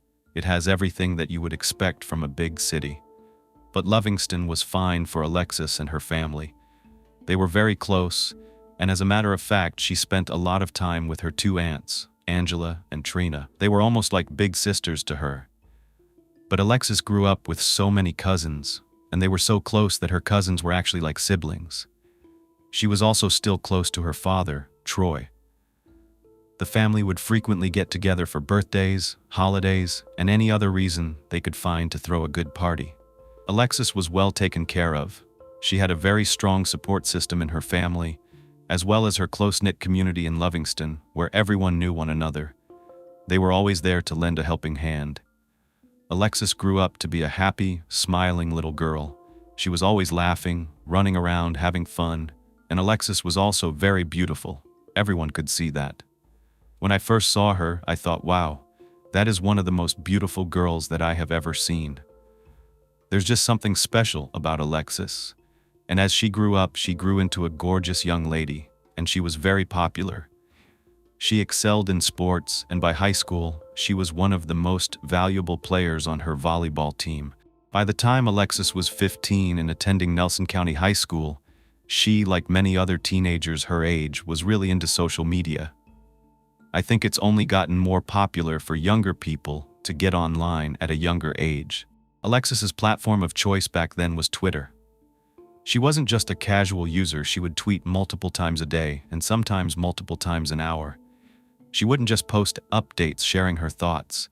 She would post pictures, videos, quotes, and surprisingly, at least for me, she was making her own memes back then. She started her account in 2010, but I could only go back to about 2012. By 2013, she had gained a following of about 11,000 people. That is a lot by the standards back then, especially for the average everyday teenager her age. Usually, someone like her in a town like hers maybe had 50 or 100 followers, and it was people they knew in real life, but not Alexis. Her Twitter just blew up. I think having more followers can fuel this inclination to post more, because sometimes it feels like there's an obligation to entertain people who choose to give you that follow. Then I realized, me realizing that our online presence may one day be the only thing we leave behind, is a little bit scary, since there's also the thought, is this person portraying their real self? We know how much social media can be contrived, and I think it's got to be a mixture. Alexis opened up a lot on Twitter. She would share sketches that she made, pictures of herself in cute outfits, and even a new piercing. She already had her nose pierced, but on December 3rd, 2012, she showed off a new Monroe piercing. It's the one in the upper lip that's supposed to emulate Marilyn Monroe's beauty mark. She had a diamond stud put in, and I think it looked really good on her. Her username was The Real Folerin, and this intrigued me, so I looked it up. This is the last name in the title of the 8th mixtape by an American rapper named Whale Folarin. It was released on December 24, 2012. The mixtape features guest appearances from Rick Ross, 2 Chainz, Scarface, Nipsey Hussle, just to name a few. Alexis was a big fan of not just music, but Whale's music. She would frequently post song lyrics, and she would even sing in videos on her posts. Her favorite song by Whale was Love Hate Thing, and it's really good. I listened to it, and there was this one line that stuck out to me, and sure enough, I wasn't surprised that it was one of Alexis's favorites too. She posted it here: "They're gonna love you a little different when you're at the top." That's very true. Alexis wanted to be on top too. She had a lot of dreams. By the summer of 2013, Alexis was 17, going into her senior year of high school. She was the captain of her volleyball team, number 9, and she dreamed of playing at the college level. She also liked basketball and softball, but at 5 feet 9 inches, she excelled in volleyball. That was her sport, and she loved it. Maybe it had something to do with some of her teenage angst, because she definitely had some. I know she was kidding, but she followed up her post about loving volleyball with, "I just want to hit girls in the head with volleyballs all day." None of us go through life without getting upset, frustrated, and annoyed, and Alexis went through all of those emotions. But she celebrated more than she complained, and when she did complain, it was the usual things, like having to get up early, go to work, a guy ghosting her, not finding a guy to commit, people only talking about her looks, the things that a normal teenager would complain about, and rightfully so. Alexis celebrated a lot of things that she loved. She loved food. Who doesn't? Her favorite places were Subway, McDonald's, and Starbucks. She also liked Chinese food, and she talked about craving it a lot. The thing I saw on her Twitter was related to Starbucks. She tweeted, "Let me find out that they have a Starbucks inhaler. Yes, please let me know." Because I could definitely say with confidence, I am a Starbucks lover, a Starbucks addict. It's what got me through grad school, and it's what gets me through these cases for you. Caffeine is my drug of choice. Alexis tweeted, "Why is Starbucks my weakness? It's definitely mine too." Alexis was very mature for her age. She was very intelligent, outgoing, loved to dance, enjoyed getting her hair done, liked makeup, and dreamed of driving a Range Rover. She enjoyed bidding on things on eBay, but didn't like to be outbid, and I can relate. If she couldn't get her Starbucks fix, she would opt for a McDonald's frappe. After all, that was the closest fast food restaurant. She would go there every single day, but not for the food, for the fun. Yes, McDonald's. The one in her area was actually connected to a gas station. It was called Liberty Gas Station, and it became a local hangout for teenagers in Lovingston. There weren't many places for them to go after school or before school, so they would hang out at the McDonald's and the gas station. But there were times she didn't mind going to Lynchburg for a craving. For example, she would drive there for a pretzel, and her dad would let her borrow his white 2003 Nissan Maxima. Alexis was very trustworthy, she was responsible, so her dad had no problem letting her take the car anytime she needed it. However, she did have a nightly curfew. She had to be home by 11 p.m., and she never missed her curfew, not one time. That is how reliable Alexis was. Another thing people knew about Alexis is that she never went anywhere without her white iPhone. If they would have had pink, I could guarantee you Alexis would have chosen pink. That was her favorite color. But if there was something else you could rely on when it came to knowing Alexis, it's that she would not let her phone die. She would carry around an extension cord just so it would stay charged. Her aunt would make jokes about it all the time, that she would hear Alexis coming by the sound of her slippers shuffling across the floor and the extension cord dragging behind her. Alexis was the type of girl who would talk to kids that no one else would talk to in school. She was loving. She enjoyed listening to others and giving honest advice when she could. She absolutely adored her 3 brothers, even though they annoyed the heck out of her sometimes, and she cared about others. She cared about things like the Columbine High School shooting. She posted this on April 20th, 2013. "This is the 420 that really should be remembered," referring to the massacre that happened in Colorado on April 20th, 1999. And speaking of 420, I'm just gonna get this out of the way now. Yes, it seemed like she liked smoking weed. If I'm wrong, I apologize, but I'm only taking what I found from Twitter and making my observations. This is going to become something that's talked about, so I figured I would get it out of the way. She frequently posted about wanting to smoke and would post pictures and videos of her smoking. There's still quite a stigma when it comes to marijuana, so take it as you will. From everything I read, Alexis was a normal teenager from a small town. She had big dreams, was inspired by music that emphasized the ability to become something and leave the past behind but never forget where you came from. She wanted true happiness and love, but she was going through all the growing pains that we go through to find it, and voicing them all publicly.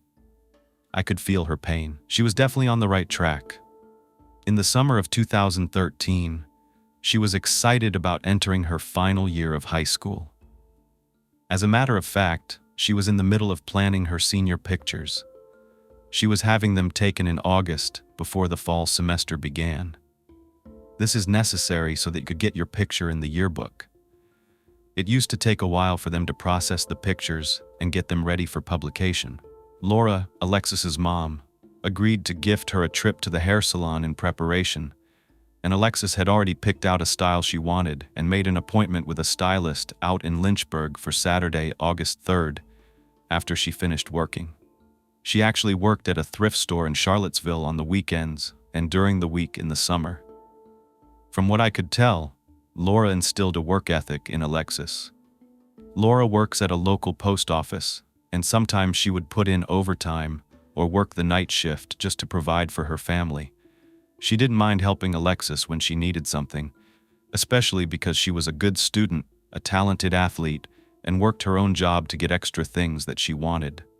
Friday was filled with fun at a family barbecue, and she hung out with her Aunt Trina and all of her cousins. Alexis would routinely share her plans on Twitter with her followers. She let her community know where she was headed, like this post on January 16, 2013, "Off to North Carolina after I clean my room." It was no different on Saturday, August 3rd. She posted "Bergbound," and after getting money from Laura for her hair, she headed out to work in Charlottesville and planned to drive to Lynchburg for that appointment when she got off. Her last tweet was at 3:40 p.m. She tweeted, "I actually look cute right now," and then it's as though Alexis vanished. It was the next morning, Sunday, August 4th, when Alexis's grandma Gail went into her bedroom to check on her. But when she opened the door, Alexis wasn't in her bed. She wasn't home. Gail was the first person to realize that Alexis had never come home the night before, and that was unlike her. Gail called Alexis, but she got no answer, and that was a major red flag. Alexis would always answer. Always. Gail's very first thought was that Alexis could have gotten in a car accident trying to get to Lynchburg or back into town, and she was worried. Gail checked with Laura, who had worked the overnight shift at the post office and wasn't home yet. She called her asking if she knew where her daughter was, and Laura was confused. She said, "What do you mean she didn't come home last night?" Well, the white Nissan wasn't in the driveway, and Alexis wasn't there. Laura called Alexis's dad, Troy, asking if Alexis had possibly gone to his place the night before, but Troy said, "No, I haven't seen her." They were both trying hard not to panic, but the fact that Alexis left alone, broke curfew for the first time, and didn't return his car was frightening. Terrible thoughts started to fly through his head. Alexis was still not answering her phone, and it seemed like it was off. It was going straight to her voicemail, and this was unlike her. Everybody knew Alexis would not let her phone die no matter what. She would plug in multiple extension cords just so that it could still be accessible while she walked through the whole house when it had to be charged. This was very unlike her, so Laura took Troy's advice. He said to call the police, but instead of calling them, Laura went down to the Nelson County Sheriff's Department in person to explain what was going on. And get this, the officers there had never filled out a missing persons report. Never. This was actually the very first one they had ever completed. So this gives you a perfect example of how uncommon this was. This didn't happen in Nelson County. It took them longer than usual to figure out the process, and Laura just waited patiently as she could, even though she had become more and more worried, especially considering she had contacted various family members and friends, and none of them had seen Alexis since the day before. After the case was created, it was handed off to Nelson County Sheriff's investigator William Everett Mays Jr. We're going to call him Billy Mays because that's what he went by. He had never investigated a missing person until he was given Alexis Murphy's case. This really was his first rodeo, but at least he knew the first thing he had to do was get an understanding of who Alexis was and where she was last seen. So he started with interviewing Laura, followed by Alexis's family members, her grandparents that lived with her, her brothers, all her aunts and uncles, her cousins, to get as much information as he possibly could. He was dealing with a young woman, someone that he thought could have possibly wanted to disappear. This is an age where teenagers are transitioning into true adulthood. They test the waters of what they can get away with, and sometimes they make adult decisions thinking that they know it all. He thought that that's what they could be dealing with. Maybe Alexis didn't want to be found, but her family was adamant that that was not the case. No way. She overshared on social media. Even if it was her intention to leave her family, she would not have left her Twitter following out of the loop. That was another place Mays wanted to take a good hard look, but first, he focused on Alexis's family. Her Aunt Trina told him that she was Alexis's great aunt, and that Alexis was incredibly humble. She was a genuine person, and she would not have let her phone die. She said the last time she saw her was that Friday, at the cookout. The last thing she said to her was, "I love you, and I'll see you later." Alexis's cousin, Jasmine Murphy, said that Alexis would never have left town without telling anyone. She hung out with her on Wednesday, July 31st, after volleyball camp. Alexis went out to Madison Heights with Jasmine to get Jasmine's eyebrows done, and then they went out for Chinese food together. On the way home, they stopped at McDonald's to get a frappe, and then she dropped Alexis off at home. They texted on Friday, but they hadn't talked on August 3rd. Plus, Alexis was excited about her senior year. She was looking forward to playing volleyball, and Jasmine had been the assistant coach for Alexis's team for 2 years. She saw Alexis grow as a player, and she knew how seriously Alexis took the sport. None of the evidence that Mays was gathering at this point was leading him to believe that Alexis ran away from home. He knew that she had plans to get her hair done. When he called to see if she made it to that appointment, the stylist informed him that she did not. Meanwhile, Laura was taking matters into her own hands. She couldn't just sit around waiting, and with modern technology, we can all do something. We can all be investigators. The internet is a very powerful tool. Laura knew that the iPhone had the Find My iPhone feature on it, so they put Alexis's number into the app, and they were shocked when a location popped up on the map. I can only imagine that mixture of elation and fear, but mostly fear at this point because of where the location was. It was in an area called Oak Ridge, which was about a 10-minute drive from their home. But it's where Oak Ridge is that worried them right away. It's along a major highway called Route 29, and this is a corridor that passes through a very rural area. It's pretty much in the middle of nowhere, and it's very well known as a place where a number of females have gone missing over the last few years, all of them traveling alone when they disappeared. As you probably understand, Alexis's family, they're beside themselves, they're confused and they're scared, but they give all of this information to investigator Mays.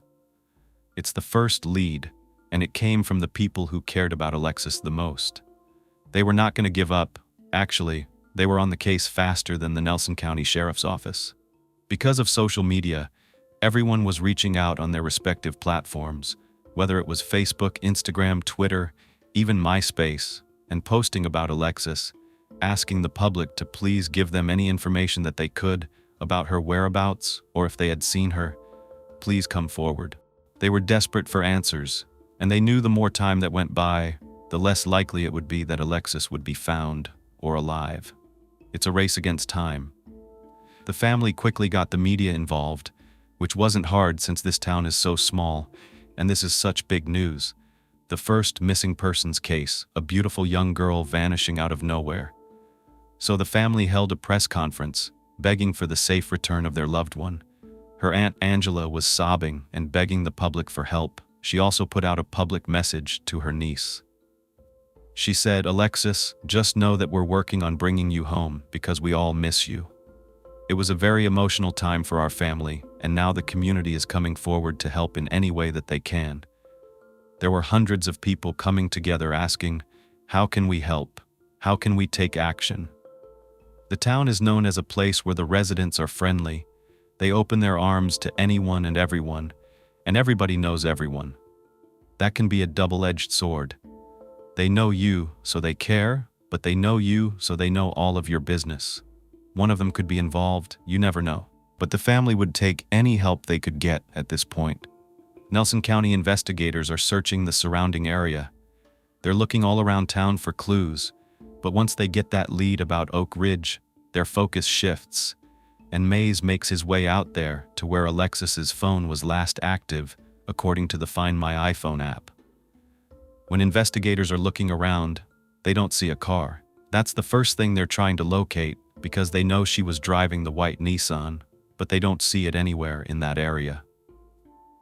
The thing about this area, though, is that there are thousands of acres of land, and this phone was pinging near Oak Ridge Mansion. This specific location is known for weddings and other really big events like that, and they realize that they're going to have to search this area. Since it's a very small sheriff's department, they call in volunteers from the area, and there's a huge gathering. Everyone wanted to help. By 6:30 p.m. that evening, there was actually a state trooper helicopter in the air looking over this area for her car. Not only that, even though this is a small town, this was a big case already, especially with social media buzzing and her large following, and the town putting pressure on the sheriff's office. The first FBI agent was actually on the scene by 7:15 p.m. on August 4th. When Alexis's family gets the word that her phone pinged off of Oak Ridge Mansion, that kind of puts up a red flag because they know someone who works at Oak Ridge Mansion. His name is Abraham Gray. He was actually the ex-boyfriend of Alexis's mama, Laura. Alexis had always looked up to Abraham. She saw him as a father figure when he was in her life, and they got along great. He was very close to Alexis and her family. But of course, after he and Laura broke up, he wasn't as close or in communication with them. So they wondered, was Alexis still in communication with Abraham? Did she need something? Did she go there for help? What was going on? They now need to find Abraham and ask him, when was the last time you saw Alexis? Abraham wasn't working at Oak Ridge Mansion when they came out there to search that day, but they do manage to track him down and ask him a lot of questions. The first one was, do you have anything to do with Alexis's disappearance? And he's like, no, I haven't even talked to Alexis. I have nothing to do with her going missing. I didn't even know she was missing. When they tell him when she went missing, he lets them know he wasn't even in town at that time. But investigator Mays thinks it's just a little too much of a coincidence. The fact that this person works there, he knows the family, there's a connection. So he digs in deeper, but with all the technology that they have, they're able to look at his phone records, and they know where his phone was pinging that night, and it was in a completely different location. So they were able to clear him, for now, anyway. While these investigators, volunteers, and the family are going through this entire plot of land, as beautiful as it was, this beautiful estate built in 1802 with these breathtaking views of the Blue Ridge Mountains, it's also a place that elicits a lot of fear in the family and the community, knowing just how vast it is. There's a lot of places for someone to go missing in this area. Not only that, there are fields as far as the eye can see, but there's also heavily wooded areas with creeks and bushes and all kinds of wild animals, things that would be very dangerous for a young girl. It's also a very secluded area. You could definitely get lost out there. If you were deep in those woods, no one would even hear you scream if something bad happened to you, especially if you were there against your will. And this is the main focus of the investigation at this point, because this is where the iPhone app said Alexis was located last. I mean, look at the bird's eye view, you can see just how vast this land is. Another thing I want to point out is that even though it was only a 10-minute drive, this was a drive that was out of the way from where Alexis should have been headed. The estate itself has over 4,800 acres. Investigators are thinking there could have been some kind of car accident. Maybe she went off the road, so they're looking everywhere in that area. But after a few hours, and with all their expertise and even the FBI coming in, they start to brainstorm once again. They theorize they could be off track. Even as great as the technology is for Find My iPhone, and I think you might know what I'm talking about, it's not always 100% accurate. I know this firsthand, okay? I have definitely used the location services on my phone to locate friends, family members, and it's not always on point. It'll give you a vicinity, but they really feel like they're looking in the wrong direction. And at this point, the media is really starting to get more and more involved. There are stations coming from out of town. At this point, that is when the state police get involved. Now, unlike other cases that I've done about small towns, this is happening very fast. This is only one day, the first day of the search, and they already have FBI agents out there. Now, Virginia State Police are coming out to assist the search and to coordinate with these other departments to try to think of their next focal point. There is one big reason that this was such a big deal, and it had a lot to do with why this case got picked up, other than obvious reasons which you may have already thought of, like how beautiful Alexis was. Some people don't like it when it's mentioned that these cases snowball and get bigger and bigger when someone like Alexis is involved. Someone who has that beautiful smile, someone with their whole life ahead of them, someone that you can imagine is like your own daughter. She's young, she's beautiful, with so much potential.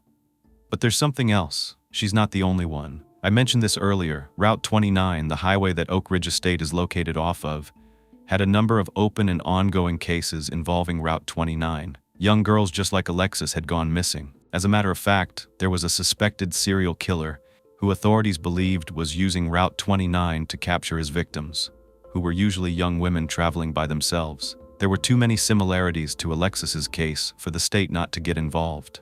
A number of these mysterious crimes had happened in the past few years, and at last count, there were 32 young women and men that were missing on some portion of Route 29. You know, I don't like to go on tangents in my videos. That's why I make sure to write everything out that I'm going to talk to you about. However, when I do a case, and there are other individuals that I feel I should mention for the sake of getting their names out there and telling their stories, I will briefly do so. I think it's really important in this case, and it's definitely relevant, and you will know why in just a second when I start to tell you what happened on Route 29. Since 1996, there has been an unusually high number of young women that have gone missing along this corridor in Virginia. 5 women disappeared between 2009 and 2014. The person that the authorities thought was responsible was dubbed the Route 29 Stalker. That person has still never been identified. However, a man named Richard Mark Evanitz was a serial killer who had taken the lives of women in that area from 1996 until at least 2002. He was involved in the murder of at least 3 teenage girls, a girl named Sophia Silva and sisters Kristen and Katie Lisk, in addition to kidnapping a girl in South Carolina. However, investigators knew that Richard had nothing to do with Alexis's disappearance since he took his own life in 2002 when the police surrounded him in an attempt to make an arrest. So many people think the Route 29 stalker still exists, and witnesses have seen a man flagging women down who were driving alone. But going back to Alexis, there were 3 recent unsolved cases that authorities were concerned may be connected to Alexis's disappearance. The first one was the murder of Morgan Harrington. She was a 20-year-old Virginia Tech student that went missing from a Metallica concert in Charlottesville in 2009. Her body was found on a farm on January 26, 2010. The second case was the disappearance of Samantha Ann Clark. She was last seen in Orange, Virginia, which was close to Charlottesville. She was at her home and left a little after midnight. She didn't have a car, so it's suspected that someone came to pick her up, and she was never seen again. The last one prior to Alexis going missing was the case of Sage Smith, also known as Unique, a 19-year-old transgender woman last seen in Charlottesville on November 20th, 2012. She was on her way to meet a date, and she was never seen again. Now, just about a year later, Alexis is gone, and these cases are way too similar to overlook. There is a possibility that they're connected, And this is one of the major reasons why people think that the state police and all these other agencies got involved, open cases that could potentially be solved as they investigate Alexis's disappearance. So as they're searching, these other women are on the top of their minds as well. By noon the next day, Monday, August 5th, there were at least 80 agents from the FBI throughout the small town of Livingston, and soon there would be more. Over 200 investigators from different agencies would be working this case in just a couple of days. Something else happened on Monday. It's when Alexis's volleyball team resumed their weekly practices, this time without number 9, their star athlete. They came together as a team to encourage one another, to support Alexis's family, and to pray for her safe return. Many of them were in shock, especially parents. They didn't expect something like this to happen in their community, and a hashtag was started on Twitter and across all the other platforms. Bring Alexis Murphy home. Her picture was everywhere. You couldn't get on social media without someone in the community reposting something about Alexis. Still, there was no sign of her, but something was about to be revealed. Something big. A huge lead came in that very next day, on Tuesday, August 6th.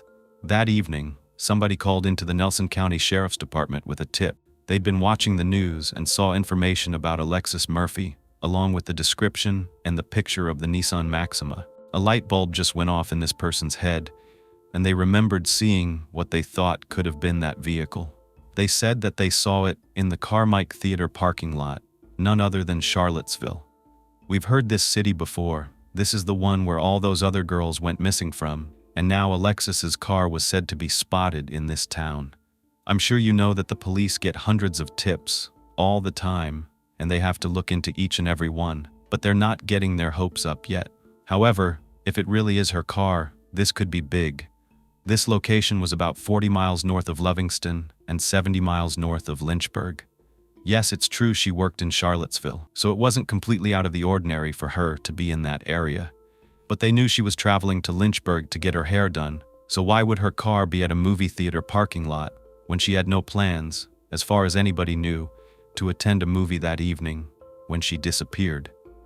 On Tuesday night, agents, including Billy Mays, went to the Carmike 6 Cinema parking lot on Gardens Boulevard off of US 29, and sure enough, there it was, the white Nissan Maxima abandoned in this parking lot. The detectives circled the vehicle, looking inside, and they couldn't see Alexis or anything suspicious about the car from the outside looking in. But this is huge because the license plate matched WYN 3706, an exact match in the make, model, and license plate, but no Alexis. While no Alexis, from what they could see by looking through the windows, they had something that they needed to do. Something that every officer dreads. They had to open the trunk. Statistically speaking, so many individuals are found deceased in either the trunk of their own car or someone else's, but they knew they were going to have to open it up. They were going to have to check it. That was Investigator Mays' biggest fear. He thought he was going to open up that trunk and that Alexis was going to be inside. But when he opened it, he was shocked, surprised, and also confused and relieved all at the same time. She wasn't in the trunk. So where was she? Another thing that wasn't there was her phone or any of her personal belongings, just her dad's abandoned car at a place that no one expected her to be, in the completely opposite direction of where she had an appointment to get her hair done. Detectives now have something tangible that they can look through, that they can fingerprint, that they can analyze, but they also have something else, a location. And with the location, they have one of their biggest, most reliable pieces of evidence, and that is CCTV cameras. They know that the next day is going to consist of them going through every single business that is in the vicinity of this location and gathering up all the footage from the day of August 3rd all the way until that person called in the tip. They're going to go through hours and hours, hundreds of hours of footage until they find out how that car ended up in that parking lot and who was driving it. Was it Alexis? And if so, when did she get out of the car? Where did she go? This was huge. They thought it might actually solve the entire case by getting the right piece of footage. At this point, Alexis's family comes together and they create a Facebook page called Help Find Alexis Murphy. The first post is on the next day, August 7th, and it says, "New update. Investigators say they found several items of interest inside the car Tuesday night. After that preliminary search, officials sealed the car and towed it away so that they can conduct a more thorough search. Now, I wasn't able to find any information about what was found inside the vehicle. I did not find anything with thorough details. But the most important thing was that the detectives needed to scour those videos, and as they did, they finally found something.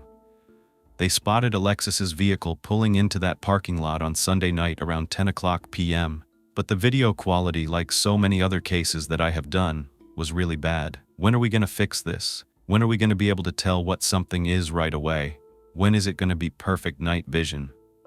But this was back in 2013, okay? But they can't tell who is getting out of that vehicle. What they can tell is that the person gets out, walks out of frame, and it looks like they're walking into the woods. There's one thing that Alexis's family said. That isn't Alexis, because they know she's scared of the dark. They think there is no way she would park that late at night in an area like that and get out of the car and walk into the darkness. The sheriff's office decided to go get some canines to go to the car and see if they could pick up a scent. Maybe they can track this scent to where the person went after they exited the vehicle. And guess what?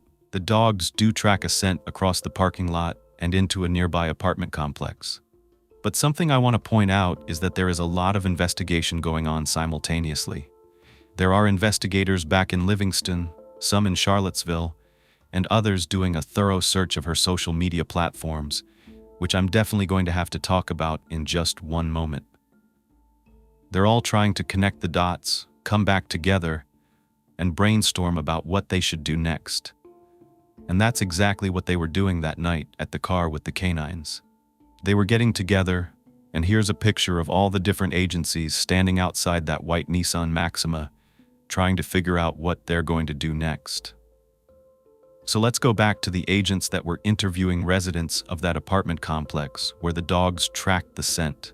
It turns out there were no connections to Alexis.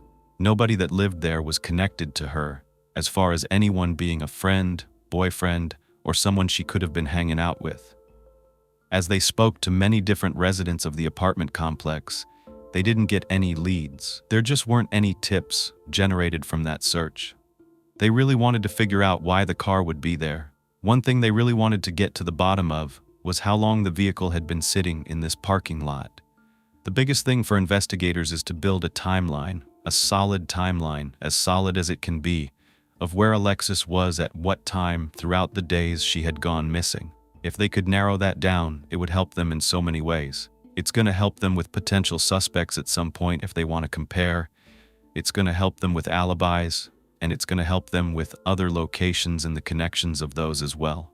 Remember that Alexis went missing on Saturday. This car was pulling into this parking lot on Sunday night at 10 p.m. That's a lot of time. They've now expanded the search 30 miles south and 30 miles north of this car, and they were even trying to pull camera footage from public transportation, like buses. After brainstorming, they get a new idea. But before I go into that direction, I told you we're going to dive into Alexis's social media presence, specifically her Twitter account. From the very beginning, her influence, so to speak, and the amount of followers that she had was pivotal in the search. Since there were so many people that kept up with her on a regular basis, some of them probably felt like they knew her and would obviously notice if she wasn't posting and be interested in what happened to her. So from the very beginning, the word was spreading fast. Once people were aware that Alexis was missing, some of the first clues that really solidified that Alexis was going to Lynchburg came from her Twitter. The tweet that said "Bergbound" was significant. Now, the authorities that were initially investigating from the Nelson County Sheriff's Department didn't exactly know how to use social media the way that a teenager would. It was actually Alexis's friends and family that pointed out there's more than one way to look at what Alexis was tweeting. If you go to Twitter, you'll notice there's a tab that says Tweets, and naturally people will probably assume that means those are all the tweets from Alexis. And that's true. Her tweets show up there, as well as anything she retweeted from someone else. But there's another tab to the right called Tweets and Replies. In this section, you're going to find tweets from Alexis that she created, but you're also going to see tweets where she's replying to someone else that tweeted mentioning her. I know probably all of you know how to use Twitter, But for those of you that don't, this is what investigators were learning from her friends and family. This section could give them a lot more insight into who Alexis was and who she was corresponding with. And that's the thing. The person that got out of that vehicle could be anyone. It could be any one of the 12,000 people that were actively keeping up with Alexis. I say 12,000 because by the time investigators start to look at her Twitter after they find that car, she's already gained 1,000 more followers. They wondered if one of them was stalking her. Social media truly is a double-edged sword. It's what my senior thesis was about in college. I did an original research paper about the effects of social media and whether or not it's a good thing or a bad thing in our lives. And that's the question. Is it our friend or our enemy? It's something I've thought about and that I really like to study because enemies can be lurking in the shadows behind keyboards in a dark basement, but next to you at the exact same time, in the sense that they can follow your every move from afar. They can plan their evil deeds behind closed doors, out of the sight of authorities and anyone else who can identify them because they come out of the shadows. It could be your biggest fan, someone that praises you every time you post, but it could actually be your biggest enemy. It wasn't that hard for me to figure out where she lived. It says right on the top of her Twitter, right here on her profile, Nelson County. Considering there's only one main road going through Nelson County, it wouldn't be out of the question that a stalker might just wait there until they caught a glimpse of Alexis.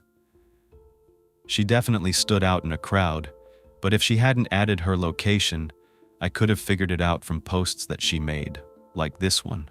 The fact that I have to work tomorrow, that's July 31st, 2013, and just a day later, she says, Charlottesville morning traffic and rain. So you can put two and two together. It's pretty obvious she's working in Charlottesville during the summer. Earlier that day, she said she was in Madison Heights. Not only that, she wouldn't have even had to post anything publicly. Someone could have been corresponding with her over DM, and we would never see it publicly. Or it could be someone slick, talking to her like they're her friend, and sooner or later, maybe she'll hint about where she works in Charlottesville. Maybe she'll give them her phone number, or maybe she'll even agree to meet them. Investigators are thinking that this might have been the case because she even tweets about, DMing people with her number when she's in her replies on Twitter. There's something else they notice, and before I say this, I have to tell you something. There's a difference between victimology and victim blaming. Victimology is the study of the victim, including their patterns, their lives, their behaviors, and where they hang out. Victimology is not just about finding out what happened to a victim in a particular case. It is also a study of how victims' behaviors can ultimately shape them into becoming vulnerable to becoming a victim. This is a science. This is something law enforcement uses. Now, criminology studies criminals' minds, and victimology studies the minds of individuals who are victimized by criminals.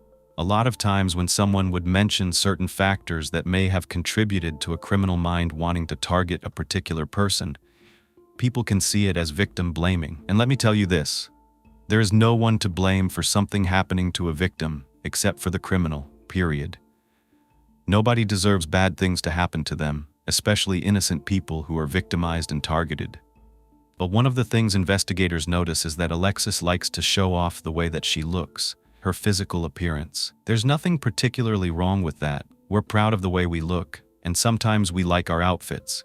We think we look cute that day and want to show it off, especially when you're younger. But what might look cute to Alexis could look a lot different to someone who has a criminal mind. A predator is going to look at those pictures from a very different perspective. It's one of the reasons investigators theorize that she had so many followers. It's kind of hard to tell how old she is. Some may argue that a video like this one could have her appearing as though she's an adult when we know she isn't. I told you she likes to dance, but videos like this one could possibly give someone with a warped mind a different idea. Lieutenant Billy Mays quoted, "It's a breeding ground for predators," but Alexis's Aunt Trina said that she knew her niece, and she knows how she was raised. She thought it was completely normal for teenagers, and I can understand where her aunt is coming from. Alexis was gorgeous, and unfortunately some of the things she tweeted could have been taken the wrong way by the wrong people. Some of her pictures and some posts that other people created that she decided to repost with her own captions and comments could be looked at as worrisome because of her age.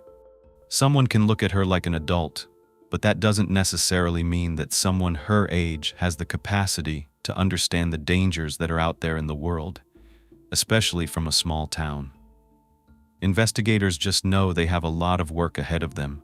There really is no easy way to go through everyone that she interacted with. I know it took me a whole day just to read a lot of these tweets and get an understanding of who Alexis was as a person, let alone trying to track down every single mention, every single retweet, and every single DM. And that is when investigators were working on it. To reiterate, just because someone posts sexy photos of themselves doesn't mean that they are responsible for someone else's actions or someone's perspective, the way that someone thinks when they're looking at said photos. But it does allow investigators to understand potential dangers that Alexis could have opened herself up to. Remember, criminals target certain individuals. It's easy to see when reading her tweets that she's looking for someone to love her, to make her feel special, to make her happy. So if someone can pose as all of those things, they could potentially work their way into her life and get close enough to hurt her. Her family doesn't want to see it that way. They talked about the fact that she was humble, that she didn't know she was beautiful, and that she was the type of girl who was loving, caring, and innocent. And I know someone can be all of those things and still be portraying something different on social media that can be taken as something else. We don't consider it real life until real life and social media collide. That's when it makes these experiences real. There's something else they make as a connection on her Twitter, but before I go into that, I want to go back to the other portion of this investigation that I told you was going on at the same time. We need to backtrack. As investigators are going through Alexis's Facebook messages, they find out she made plans with a guy in Lynchburg named Michael Hendricks on the night of August 3rd. They were supposed to meet up, and the two of them had been in contact for quite some time. From the content of the messages, the investigators concluded that they seemed really interested in one another, and that Alexis was eager to come see Michael. So they track Michael down. He claims Alexis never showed up. He said the last time that he talked to her was around 6 p.m. on the 3rd of August, but that she ghosted him after that. Very interesting. Well, they dig deeper, and Michael has a solid alibi for the past several days, so he's ruled out for the time being. Meanwhile, as Billy Mays is working on her Twitter account, agents are combing through each and every one of her posts to find out where Alexis spent her time. There are other investigators working on where Alexis hung out, and they pinpoint the McDonald's and the Liberty gas station as places that they need to look into and interview people who would frequent it, including the staff. It's also on her way to Lynchburg, so could she have stopped there before making her way out of town? That's their next focus. But first, on the evening of Thursday, August 8th, hundreds of people gathered to pray for her and her family in a candlelight vigil held at the football field of Nelson County High School. Everyone gathered around, they had candles in their hands, and they shared stories about Alexis. Of course, the media was there to capture everything. It started to rain, and people were just huddling under their umbrellas, continuing to sing, read scripture, and speak out loud to Alexis, saying things like, "Alexis, we love you. There are generations of love represented here, and we're gonna find you." There were also several church leaders in the crowd, encouraging everyone to hold on to their faith that Alexis would be found, and to draw strength from God, keep praying, and keep spreading the word about Alexis until somebody comes forward with information so that they could bring her home. Alexis's classmate, Ramona Bryant, passed out pink ribbons at the entrance to the field. Pink, as I said, was Alexis's favorite color, and they wore it to support her and keep her memory alive. The next morning, new information was posted on the Help Find Alexis Murphy Facebook page, and here's what they said they learned overnight. Investigators were pulling every surveillance camera along the Route 29 corridor, trying to find anything that may tell them where Alexis Murphy was and when. Her cell phone was still not active. Investigators had narrowed down a specific time frame for when her car was left at Carmike Cinemas. However, they did not release that to the media. If the search continues, officials say they will likely begin to expand their search outside of the state. They had already received tips from other states, but none of those have panned out to be anything. For now, investigators are still acting under the assumption that Alexis is in Virginia. Investigators acknowledged that they're not releasing a lot of information to the public but they're asking everyone to please bear with them. They say they're making progress, and the case is moving in leaps and bounds. Every day, people also started passing around these posters made by ihelpsavethenextgirl.com, a nonprofit organization formed in honor of Morgan Harrington. She was that 20-year-old Virginia Tech student I told you about who went missing after a concert in Charlottesville. Their motto is "Buddy up, stay together, stay safe." Morgan's abduction and murder prompted the beginning of Help Save the Next Girl. They exist to spread information and promote personal safety, and this organization was founded by Dan and Jill Harrington, Morgan's parents. Amanda Sinclair from Help Save the Next Girl made these posters for Alexis. They included the Help Find Alexis Murphy Facebook link, as well as a tip line and a description of Alexis.I. T also includes what she was wearing when she was last seen: a pink blouse and floral print, full-length spandex pants, brown boots, and she was carrying a dark and light-colored gray purse. Guess what? We're about to catch a glimpse of that. That's right. Because while investigators were trying to pinpoint the places that Alexis may have gone on her way to Lynchburg, they ended up at that location I spoke about, the McDonald's and Liberty gas station. They decided to pull the surveillance video footage. This is when the case takes detectives in a totally new direction, because they finally catch a glimpse of Alexis Murphy. Employees at both the Liberty gas station and McDonald's knew who Alexis was. They knew her very well. She came in there every single day like many other teenagers. Not only would she come in to get something to eat or fill her car up with gas, but she hung out there. She was there for an extended period, socializing with other people. It was around 7 p.m. that the camera caught her. Her car is parked at one of the pumps, and she comes inside the store to pay for her gas. Everything seems pretty normal. She just seems to go right up to the counter, pay for the gas, and goes back to her vehicle to pump it. The last known activity from her phone is at 7:17 p.m., so they had this 17-minute window, and they were trying to figure out what happened during that time frame. They started interviewing the people who worked at both McDonald's and the Liberty gas station.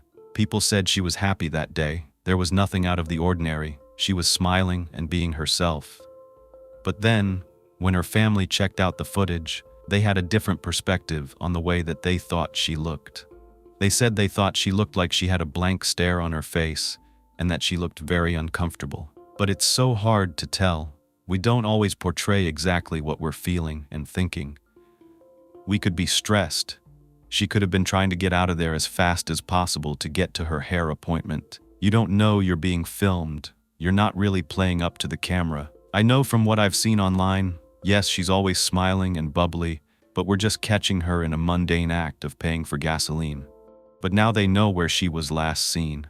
This is where they're going to concentrate. Not only that, they're going to pull all the surveillance footage from a week prior to her coming into the gas station, as well as a couple of hours into the night following that time that she was last seen. They're trying to pinpoint whether or not anyone suspicious was around, if she had any weird interactions, or if anyone stands out to them.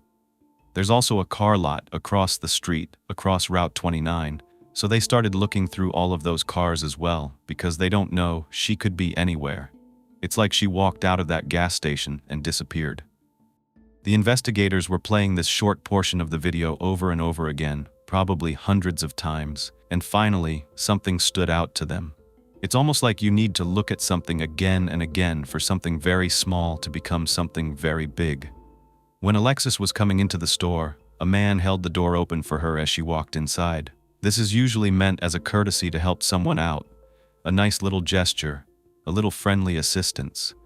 But because this was the only real interaction between Alexis and anyone that they saw coming and going from the store in the footage, it stands out. They narrow their suspect pool down, and now they start to question the gas station cashier, the one that was there when Alexis was checking out. That clerk tells the detectives that there was some kind of conversation between Alexis and this man holding the door. According to this witness, it seemed like the two of them knew each other. But what's interesting is that this is a middle-aged man. This wasn't a young guy. This wasn't someone that Alexis would have gone to school with or hung out with on an ordinary day at Liberty gas station. He looked rough. He wasn't someone clean-cut, and he certainly didn't look like someone that she would be interested in talking to or hanging out with. He just didn't fit the profile of, let's say, someone that Alexis was going to the gas station to deliberately meet up with. The clerk adds something else. He said that this guy is familiar to him, that he comes in all the time. He recognizes him, especially by his distinctive vehicle. He drives a GMC Suburban with camo stripes on it. Now, way before you say, no, it's a Chevy Suburban, I have to correct you. GMC made a Suburban, which is now called a Yukon, back in the 80s and 90s. This is the vehicle, a GMC Suburban. This is what it looks like. It had a camouflage stripe going around the sides on the doors, very distinctive. Another thing this clerk said was that this man had a tattoo of Daffy Duck on his neck. That is something they definitely would not be able to miss. This is their #1 priority, to track this man down. So the police take screenshots from the surveillance video of both Alexis and this unidentified man who held the door open for her, and they start to go around to all the businesses in this area and start asking, have you seen this man? Do you know who he is? Because he frequents this area. They also did this in Charlottesville, because remember, that is where Alexis's dad's car was found abandoned. They actually get a hit. The place that they get this lead is none other than a local adult video store called Ultimate Bliss. An employee there says, oh yeah, I know who this guy is. He comes in all the time.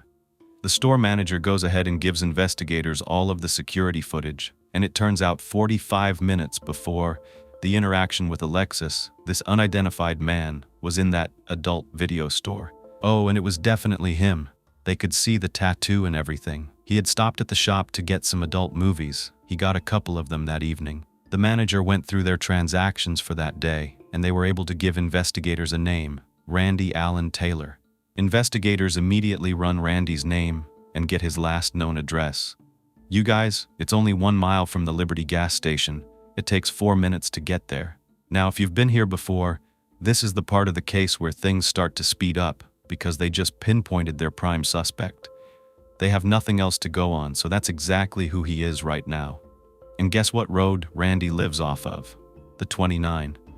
Investigator Mays is already heading toward that property, getting all the other agents' information so that they can meet him there. When he gets to where he thinks the property is supposed to be, he doesn't see anything. He's looking at what we're looking at on the screen. All it is just a bunch of tall grass and trees. He can't even see a driveway. He doesn't know where he's supposed to go. He finally steps right through all the brush and the grass, and he's able to see that there is a dirt driveway hidden behind all that. Lo and behold, there is the camouflage SUV. It matched the description from the clerk at the Liberty gas station. They also see that there's a broken-down old camper on the property, as well as a building. But the building is an old abandoned home that nobody lives in. Investigator Mays said he felt like this was something you would see in a horror movie. But this is real life. He walks up and knocks on the camper door, and sure enough, Randy answers. Investigator Mays tells Randy why they're there. He says, I'm here about a missing girl. Her name is Alexis Murphy. She was last seen at the Liberty gas station, and he shows a picture of Alexis. Randy says he's never seen her before and that he wasn't at the Liberty gas station on August 3rd. He was basically acting like he had no idea what they were talking about. But Mays has a feeling that Randy is hiding something, because they know for a fact he was definitely at the Liberty gas station. So why would he lie about that? That's when Mays decides to confront him with the fact that they have him on video holding the door open for her. His demeanor changes, and he lets them know, okay, yes, I was at the gas station. Without even asking him another question, Randy just starts to talk, and he begins to tell the investigators a story about how he met Alexis. He says he met her probably about a year ago at a local car wash he was working at the time, and he had been smoking some weed. She came up to him and made a comment about something along the lines of, "That smells really good." So when he saw her at the gas station on August 3rd, yes, he recognized her, he knew who she was, but he didn't have anything to do with her disappearance. Well, the fact that they have the surveillance video plus Randy admitting to knowing Alexis gives Mays grounds to obtain a search warrant for the camper. This is when things are going to heat up, and I'm going to tell you, I was shocked by this next part. It just blew my mind. I couldn't believe the things that I was seeing and reading and hearing about. It was too much for me to take in. It was just one thing after another. Unbelievable. Something Detective Mays points out is that once you're 5 feet back off of Route 29 toward this guy's camper, you're in the shadows. No one would know that you're there. So they leave, come back with the warrant, and Randy is waiting for them in the driveway. He's not saying anything, he's just kinda standing there. They also notice that there's a video camera on the top of his camper, which was a little weird, as well as a spotlight on the front of his vehicle. As soon as detectives step into that camper, something catches their eye, something shiny, and it's stuck inside the carpet. They kneel down, pick it up, and realize it is a diamond stud, one single diamond stud. As they're still looking around on their hands and knees, they locate a broken fingernail that is deeply embedded into the carpet. This place is a mess. There are things everywhere, and you can't really tell what's evidence or what is trash. But they make their way to Randy's bed, and one of the pillows has a long black hair attached to it. A root of that hair was still intact, and that means that it was pulled out of the scalp by force. It also means they can find out whose hair it was with DNA. This is not good. This is horrifying already, and I'm sure you are making the connections. But there will definitely be more, and there will also be a lot of confusing aspects to this case, and questions that will go unanswered for a long time. But let me get there. The investigators have seen enough at this point. They know how crucial it is that they get a DNA analysis done on what they have just found so far. So, they actually get in touch with Quantico, the federal FBI lab in Quantico, Virginia, and they let them know we need a DNA analysis rushed. The lab tells them, we can get it done in 48 hours, and that's fast. This stuff usually takes weeks, if not months. Meanwhile, the investigators leave Randy's property and head back to the Liberty gas station because they want to know if there are any other cameras on that building. They know in their minds Alexis was in that camper. Why? They have so many questions. Luckily, there is another camera, and from this other vantage point, you're not going to believe what they saw. Honestly, it still doesn't make sense to me, and there are a lot of theories about why they saw what they saw. They catch a glimpse of Randy's SUV on Route 29, going toward his property, and right behind his vehicle is the white Nissan Maxima. Directly behind him, following him, going north toward Charlottesville, not Lynchburg. Why? Why was she following him? Was she driving that car? If she was driving that car, why in the world would she be following a 48-year-old man to his property? While investigators are still waiting on those DNA results, they search around Randy's entire property. There's just all kinds of garbage and trash, mountains of trash behind his camper. It's not easy to search through. There's really high grass, and there are all kinds of ticks in there, but investigators are determined. They even brought in special canines, which was fascinating. I had never heard about this before. These types of canines literally specialize in tracking the scent of a specific glue that's used in the manufacturing process of cell phones. How insane is that? Because that was critical, they wanted to find Alexis's cell phone, thinking that could provide a lot of evidence. Did she meet up with someone? Who was she talking to last? After they brought those canines in, within just about 30 minutes, they find her phone. It's literally 70 feet from where Randy's camper is located. Unbelievable. It's completely shattered too. It's broken, and it's obvious that the phone had been broken on purpose. It's been destroyed for the most part, but they can still send that in for forensic analysis. Honestly, finding that iPhone felt almost like closing the case for them, but it isn't closed yet. I'm going to tell you that right now. This is something they knew she would always have with her. It was her lifeline. Our phones are like part of us. We really don't go anywhere without them. They had enough to arrest Randy for abduction, and when they do, Randy acts as though he's completely thrown off guard. But it's pretty obvious that Alexis wasn't there, even though they don't have that DNA match yet. They just know. But Randy has a story for them. Another story. Listen to this. He says, okay, I didn't want to be involved, but you're right. Alexis was here, but she wasn't alone. She was with, as he put it, some black guy.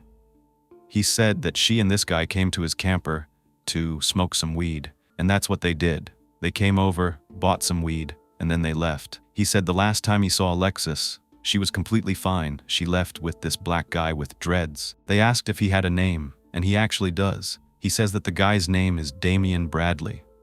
They're not really sure what to think about this because they know that Randy likes to tell stories. He likes to lie. They've already caught him in a lie.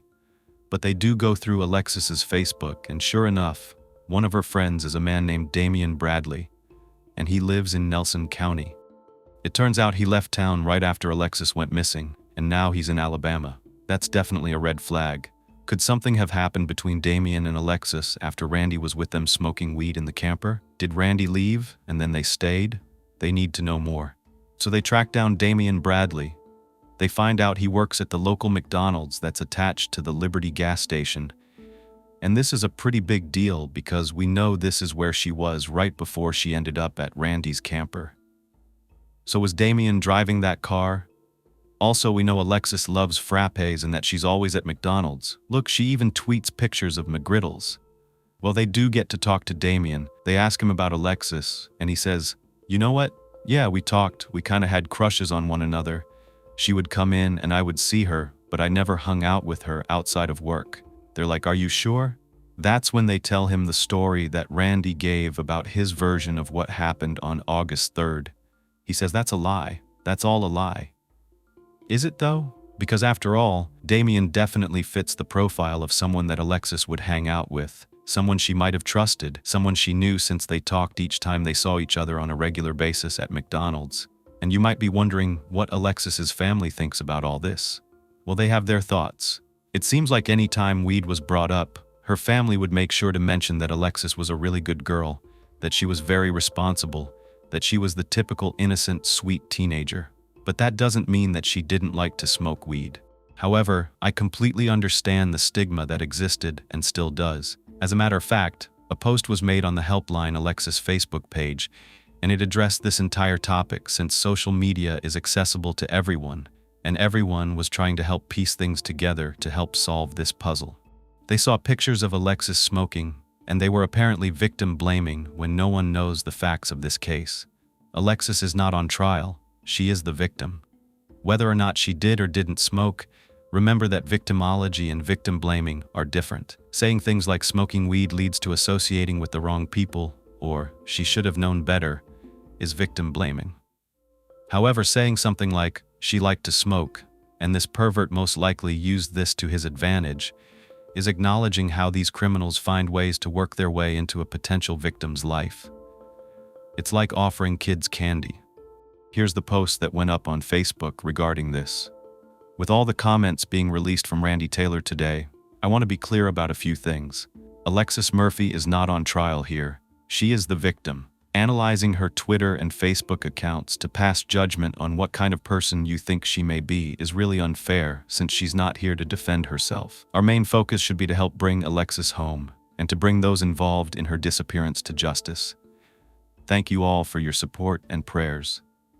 What is even more important to look at, and what didn't make sense, was, if she was going to an appointment all the way in Lynchburg, why in the world would she make this random stop to hang out with Damian, someone she supposedly had never hung out with before, right before she was supposed to leave town to meet up with another guy, Michael, that she was interested in and had actually made plans with? It just doesn't make sense. The timeline doesn't work for me. Plus, Damian has an alibi for August 3rd. He wasn't even at McDonald's or near the Liberty gas station. He was actually donating blood around the same time that Alexis would have been at the gas station. The whole story that Randy gave about how Damian supposedly left McDonald's while he was working to go buy or sell or smoke weed with a complete stranger really didn't make sense. That's right, Damian said he never met Randy. What detectives already know is that not only did Damian and Alexis spend a lot of time at the Liberty gas station and McDonald's, but so did Randy. That's probably where Randy saw Damian working behind the counter, and they now think that Randy's just trying to throw them off track. It's starting to look like they need to go back and look in Randy's direction. As the case becomes more widespread, other people start coming forward with tips, especially regarding Randy. One tip involves an Applebee's in Charlottesville. Someone comes forward with evidence that Randy came in on the night of August 4th around 11 p.m. He ordered a couple of beers and then left in a cab. Guess where this Applebee's was located? It was walking distance from the movie theater where the car that Alexis was driving had been found and seen on camera at 10:30. He left in a cab. What does that tell you? Well, circumstantially, it says he was the one driving that Nissan Maxima. When Alexis's Aunt Trina hears the name Randy Taylor and sees a picture of him, she's shocked because she realizes she knows who he is. He used to work at a used car lot, and she bought a car from him. Wow, I mean, it is a small town after all. But as people get word that Randy may be involved, more information starts to come out. Some people say they were very uncomfortable when they saw him at the gas station, that he would sit in his SUV just smoking and watching people for hours. Ugh. It's probably young girls that he was looking at, so gross. They do go ahead and collect a sample of DNA from Damien, just in case they want to eliminate him 100%, or just in case it turns out he really was in the camper. Speaking of DNA, you probably could have guessed this. The DNA results are back, and that was Alexis Murphy's strand of hair, the one that was found on Randy's pillow. What is going on? Well, investigators think they know. That's when they make a little unexpected drop-in back at Randy's, this time with the FBI. He definitely didn't think they were going to come back. He thought the search was over, so he hid something after they left. They end up finding the shirt that Randy was seen wearing in the Liberty gas station video. And get this, it was balled up underneath his couch. Wow, great hiding place, Randy. But I'm glad you suck at covering up evidence. When they unroll this balled-up t-shirt, a track of hair extensions falls out along with 2 false eyelashes. But the worst part was all the blood. The shirt was covered in it. So unbelievable. At this point, authorities really want to up the charge from abduction to murder after everything they found.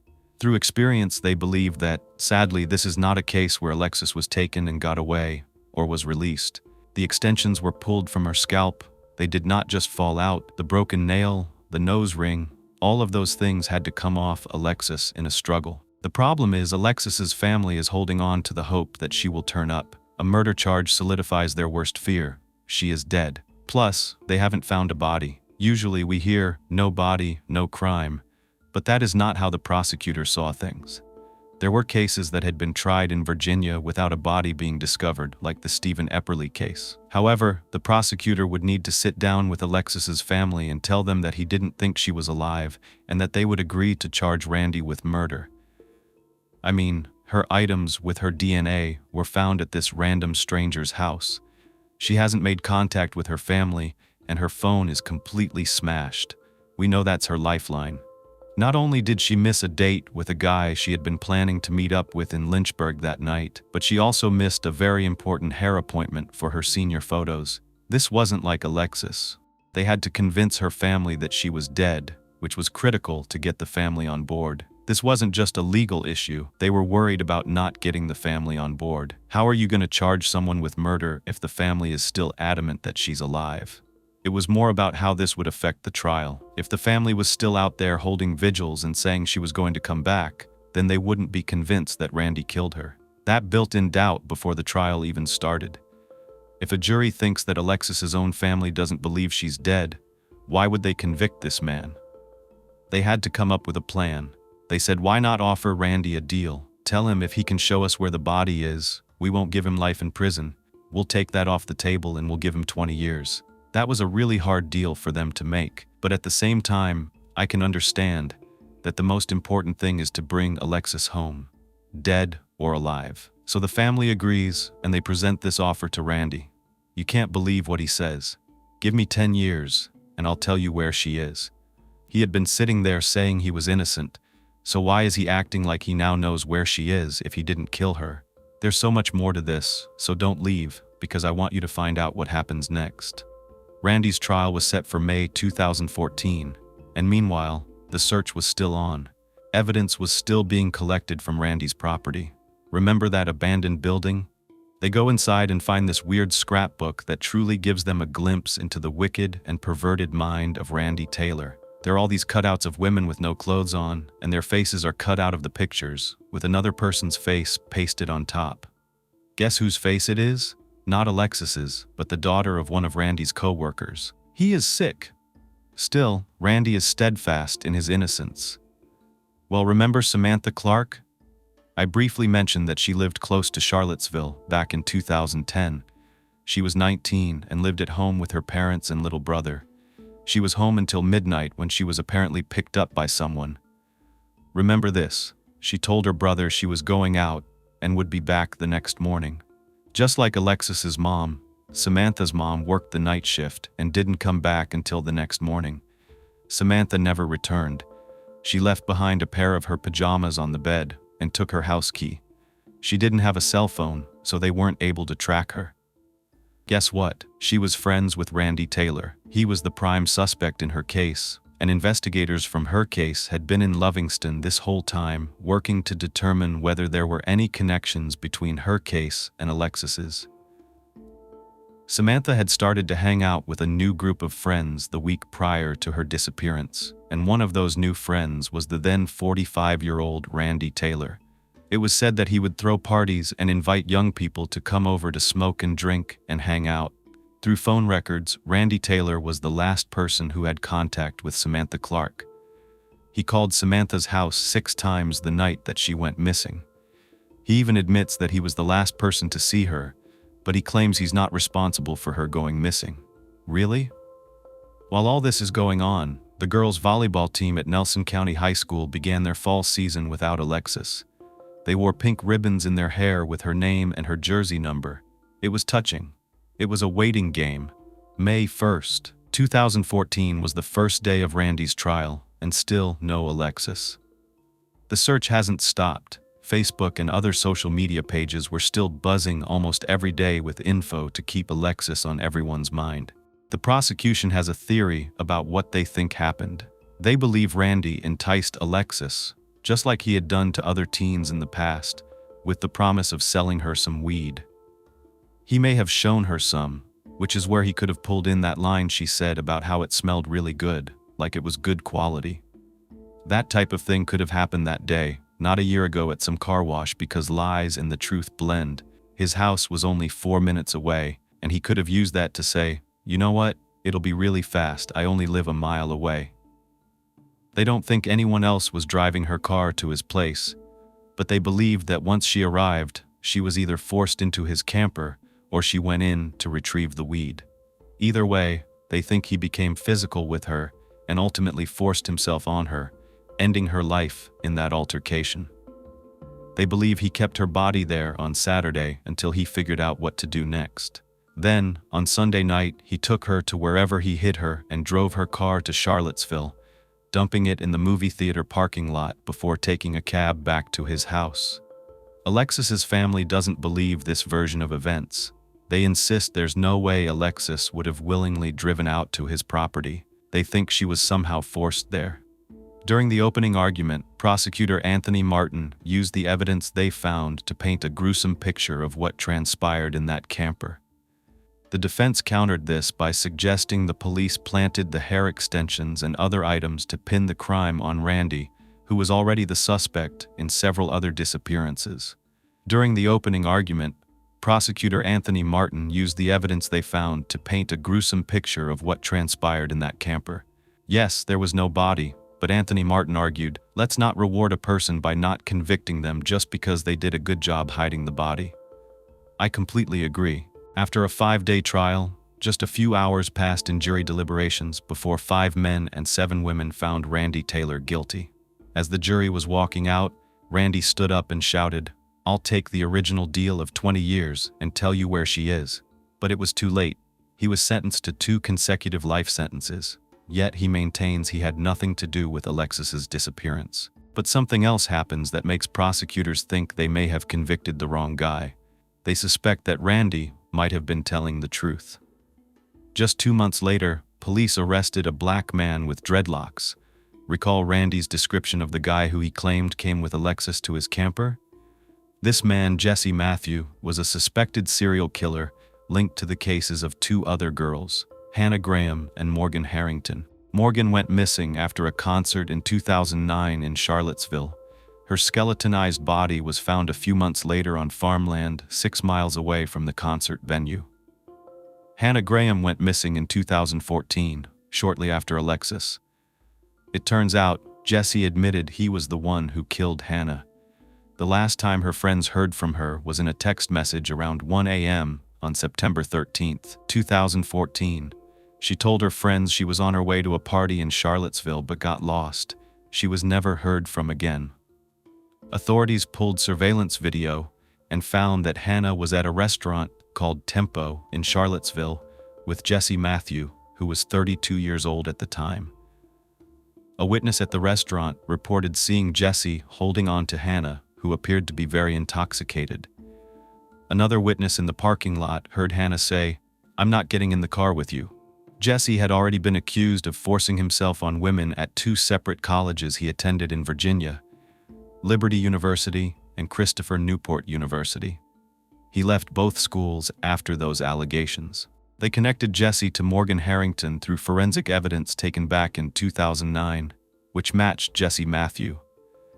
It turns out Jesse interacted with Morgan the night she went missing. Hannah and Morgan's remains were found only 5 miles apart. Jesse Matthew pleaded guilty to the murders of Morgan and Hannah, and now Randy's defense attorney wants the state to look into Jesse as the person really responsible for Alexis's disappearance. They ran Jesse's DNA against the evidence in Alexis's case and ruled him out, but Randy appealed his conviction, which was denied. However, the case doesn't end there. 7 years later, on December 3, 2020, a body was discovered on private property off Stagebridge Road along Route 29 in Lovingston, Virginia. At the time, this location wasn't announced to the public, but it was only a 2-minute drive from Randy's property. It wasn't until 2 months later, on February 5, 2021, that they identified the body as belonging to Alexis Murphy. On the Help Find Alexis Murphy Facebook page, a post went up on February 18th, reading, "There are approximately 3,679,200 minutes in 7 years.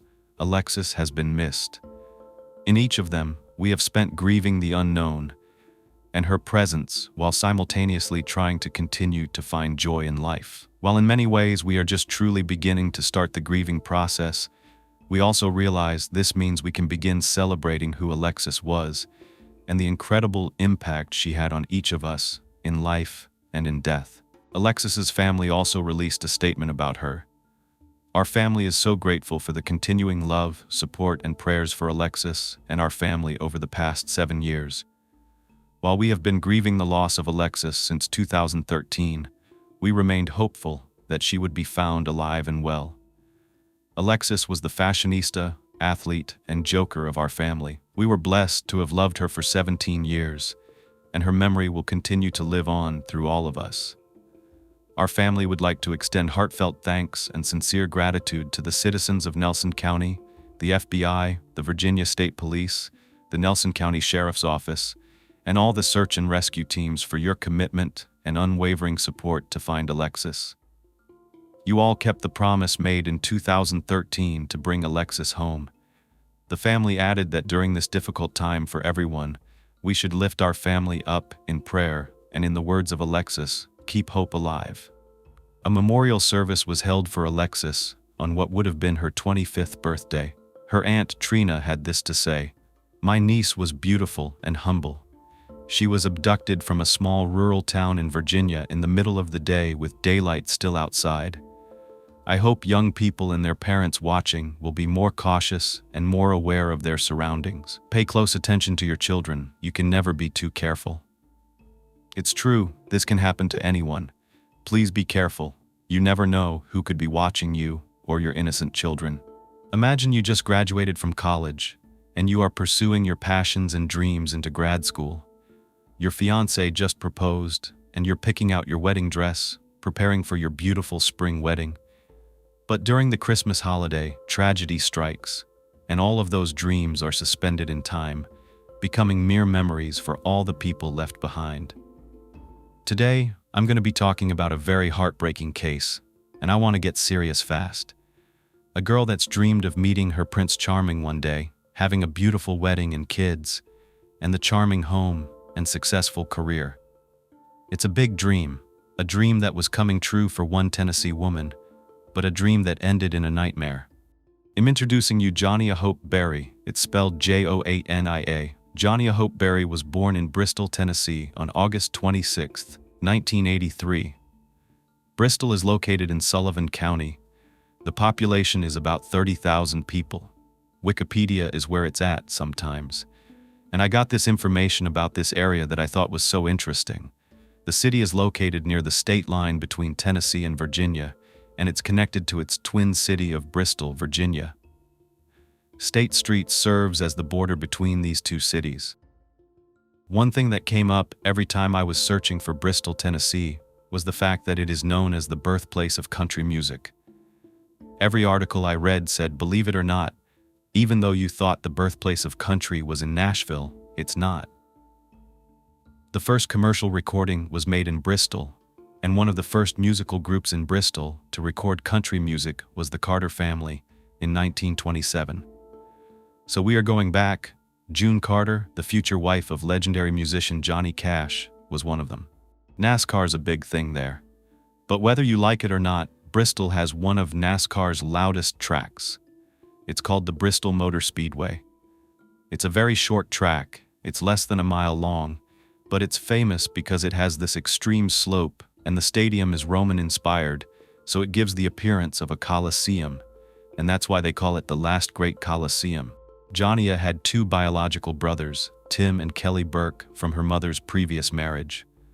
But when she was 7 years old, her mother, Joan, remarried to a man named Michael Berry. Joan ended up giving Jonna Michael's last name, Berry, and she used it from that day forward. As a young girl, Jonna went to Holston View Elementary School and Vance Middle School. Jonna was a cheerleader for Bristol, Tennessee High School, from which she was a proud graduate. After graduating high school in 2001, Jonna enrolled at Eastern Tennessee State University, which was about a half-hour away from Bristol, in Johnson City. At Eastern Tennessee State University, or ETSU, she studied psychology and criminology. There was no shortage of activities for Jonna to do while she attended ETSU. There are these beautiful historic gardens on top of Roan Mountain on the Appalachian Trail, and they're only 30 minutes from the college. There was a lake nearby where you could go water skiing and boating, and then, just 1 hour east, is Mount Rogers National Recreation Center, and 1 hour west is the Great Smoky Mountains. Johnson City hosts a variety of festivals throughout the year, such as the Blue Plum Festival and the Rhythms and Roots Reunion. But one of her favorite things to do was dedicate her time to children. Jonna worked as a student assistant for 3.5 years at the Child Study Center, an early childhood learning program operated by ETSU. While Jonna enjoyed her time at college, her parents' favorite part was when their daughter came home to visit. They had since moved to Atlanta, Georgia, and every time Jonna arrived home, she would throw open the door and yell, "I'm home." Jonna Berry was so happy every single time she heard her daughter's voice announcing that she was back for the weekend. As far as Joan was concerned, it was the most beautiful sound in the world. Someone else thought something about Jonna was beautiful. Fellow university student Jason White. The two met in 2001 while taking classes in similar subject matter, and they were inseparable. They were more than just dating. They were completely smitten with one another. Jason planned on going to law school, and he and Jonna dated throughout their entire time attending ETSU. By the time they were set to graduate, Jonna decided to follow in Jason's footsteps and go into a legal career. They both planned on attending Thomas Cooley Law School in Michigan. Jonna was brilliant. She was graduating with 2 degrees from ETSU in the summer of 2004, after only 3.5 years of school. She expected to walk the stage as magna cum laude and receive her diploma in the winter on December 18, 2004. The previous winter, Jason had proposed for the first time. Yes, he proposed more than once. They were the type of couple that made other people cringe because they were that romantic. It wasn't uncommon for Jonna to joke with Jason that some time had passed, and he should propose again because it had been a couple of months. The last time Jason got down on one knee was in August. The two of them went to the Mendota River, and on the way there, they had to cross a swinging bridge. To Jonna's surprise, Jason got down on one knee yet again, ring in hand, her engagement ring that she had purposely left behind so she wouldn't lose it. They were inseparable and had a lot to look forward to, but most of all, they just wanted to spend time together in grad school. Upon graduating from ETSU, Jonna became one of the youngest people to ever be accepted into Thomas Cooley Law School. Wow, that's something to really be proud of. The couple moved to Michigan that summer in anticipation of the fall semester. However, While in her first few months of classes, Jonna realized it was not the right choice. At one point she called her father to vent, and I know that exact same feeling. She told him that she could not see herself as a lawyer because they seemed like they spent their entire days reading documents. She wasn't wrong. I shared the same viewpoint. Since Jonna had always been passionate about children, she decided to pursue a career in something that she was genuinely passionate about. Because of her change of heart, Jonna moved back to Tennessee, Knoxville to be exact, where she intended to pursue a master's degree in child psychology. She had been accepted for graduate studies at the University of Tennessee and planned to enroll in the spring of 2005. This is also when she planned to get married, in April of that very same semester. She wanted a beautiful spring wedding and had already picked out her wedding dress. She already had it. She was ready to go. Joan and Mike Berry had no doubt that Jonna had made the right decision. They were happy that she was moving back home to Tennessee, and despite her age, only 21, Jonna was mature, she was level-headed, and her parents trusted her. I can imagine why someone like Jason would be attracted to Jonna. Not only was she gorgeous, she was also smart, generous, charismatic, and made friends easily. Every time I read something about Jonna, it was positive, how she was just so special. She was the type of person that people were automatically drawn to. But she was drawn to Jason White. Though they were long distance, they loved each other, and they knew the time apart would be worth the wait. Not a day went by that the couple didn't speak to each other on the phone. They would even fall asleep talking to one another because Jonna really liked that. Upon moving back to Tennessee in 2004, at 21 years old, she was living with another Jason, a close friend whom she attended ETSU with. He was one of her friend Stephanie Keene's boyfriends. His name was Jason Ammon. He was 23 years old, and he had offered up an extra bedroom in his apartment to her until she could get fully established back in Knoxville. Yes, she was rooming with a guy, but they were merely friends.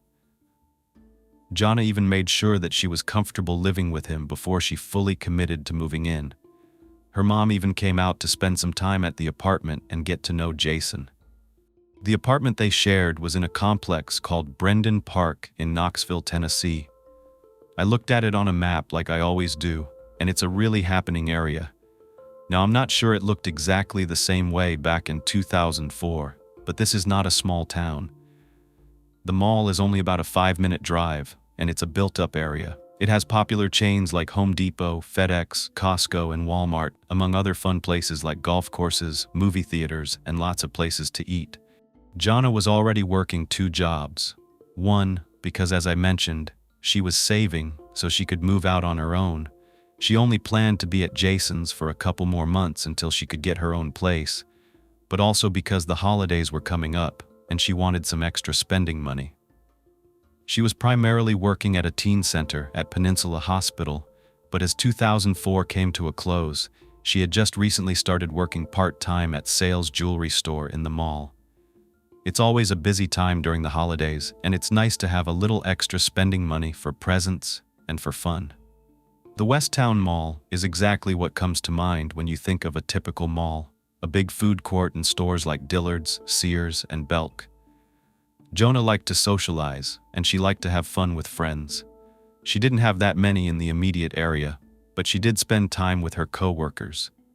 On Sunday, December 5th, 2004, it was one of those evenings when work was ending, and Jonna had wanted to hang out for a bit.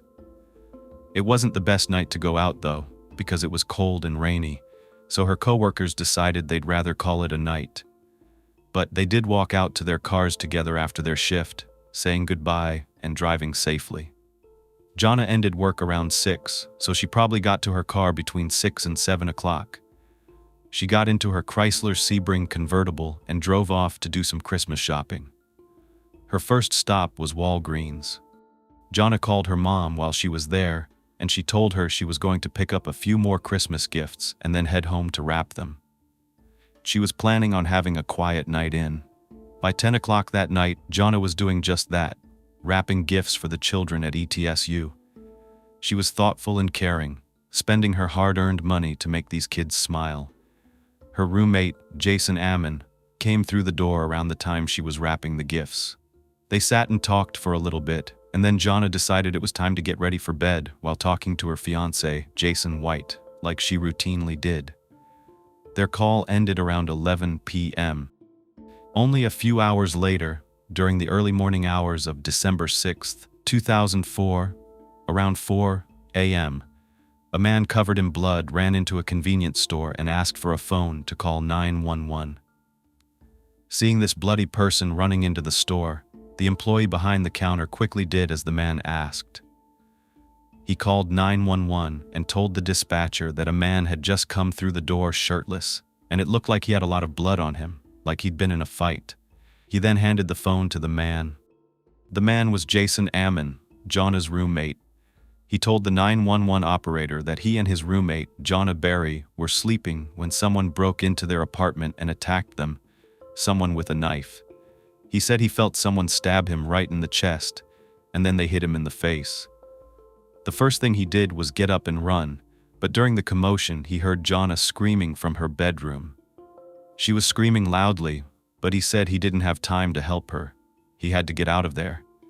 When he saw a chance to escape, he fled the apartment, leaving Jonna behind.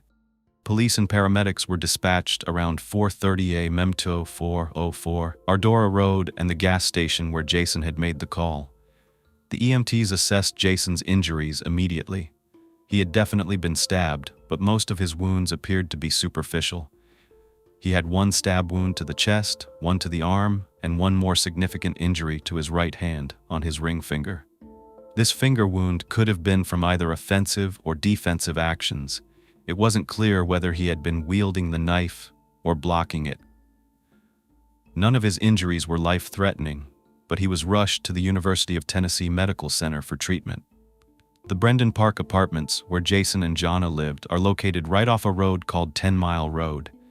It's a fairly built-up area with a neighboring complex called The Element, though it's unclear if that was there in 2004. As you come down the driveway, you can see the first set of apartments on the right, in Building 404. The Brendan Park Apartments, where Jason and Jonna lived, are located right off a road called 10 Mile Road. It's a fairly built-up area with a neighboring complex called The Element, though it's unclear if that was there in 2004. As you come down the driveway, you can see the first set of apartments on the right, in Building 404. There's a small flight of stairs outside the building that leads up to a glass door, which opens into the complex. From there, another flight of stairs takes you up to the second floor, as well as to the first floor apartments. Jason and Jonna's apartment was located on the second floor to the right. The communal glass door at the front didn't have a lock, so anyone could come inside and access the apartment doors. When the responding officers arrived at the apartment, they discovered a crime scene unlike any they had ever encountered before. Before they could even make their way upstairs into Jonna's apartment, they found something horrific at the bottom of the stairs: Jonna's bloody body lying face down. She was still alive, but barely. Jonna was struggling to breathe and fighting for her life. It was clear she had suffered numerous injuries. The officers asked Jonna if the assailant was still inside the apartment, but she couldn't speak. Poor Jonna was too weak to respond. However, a couple of the officers thought they saw her faintly nodding yes. They proceeded cautiously, not knowing if the suspect was still inside the building.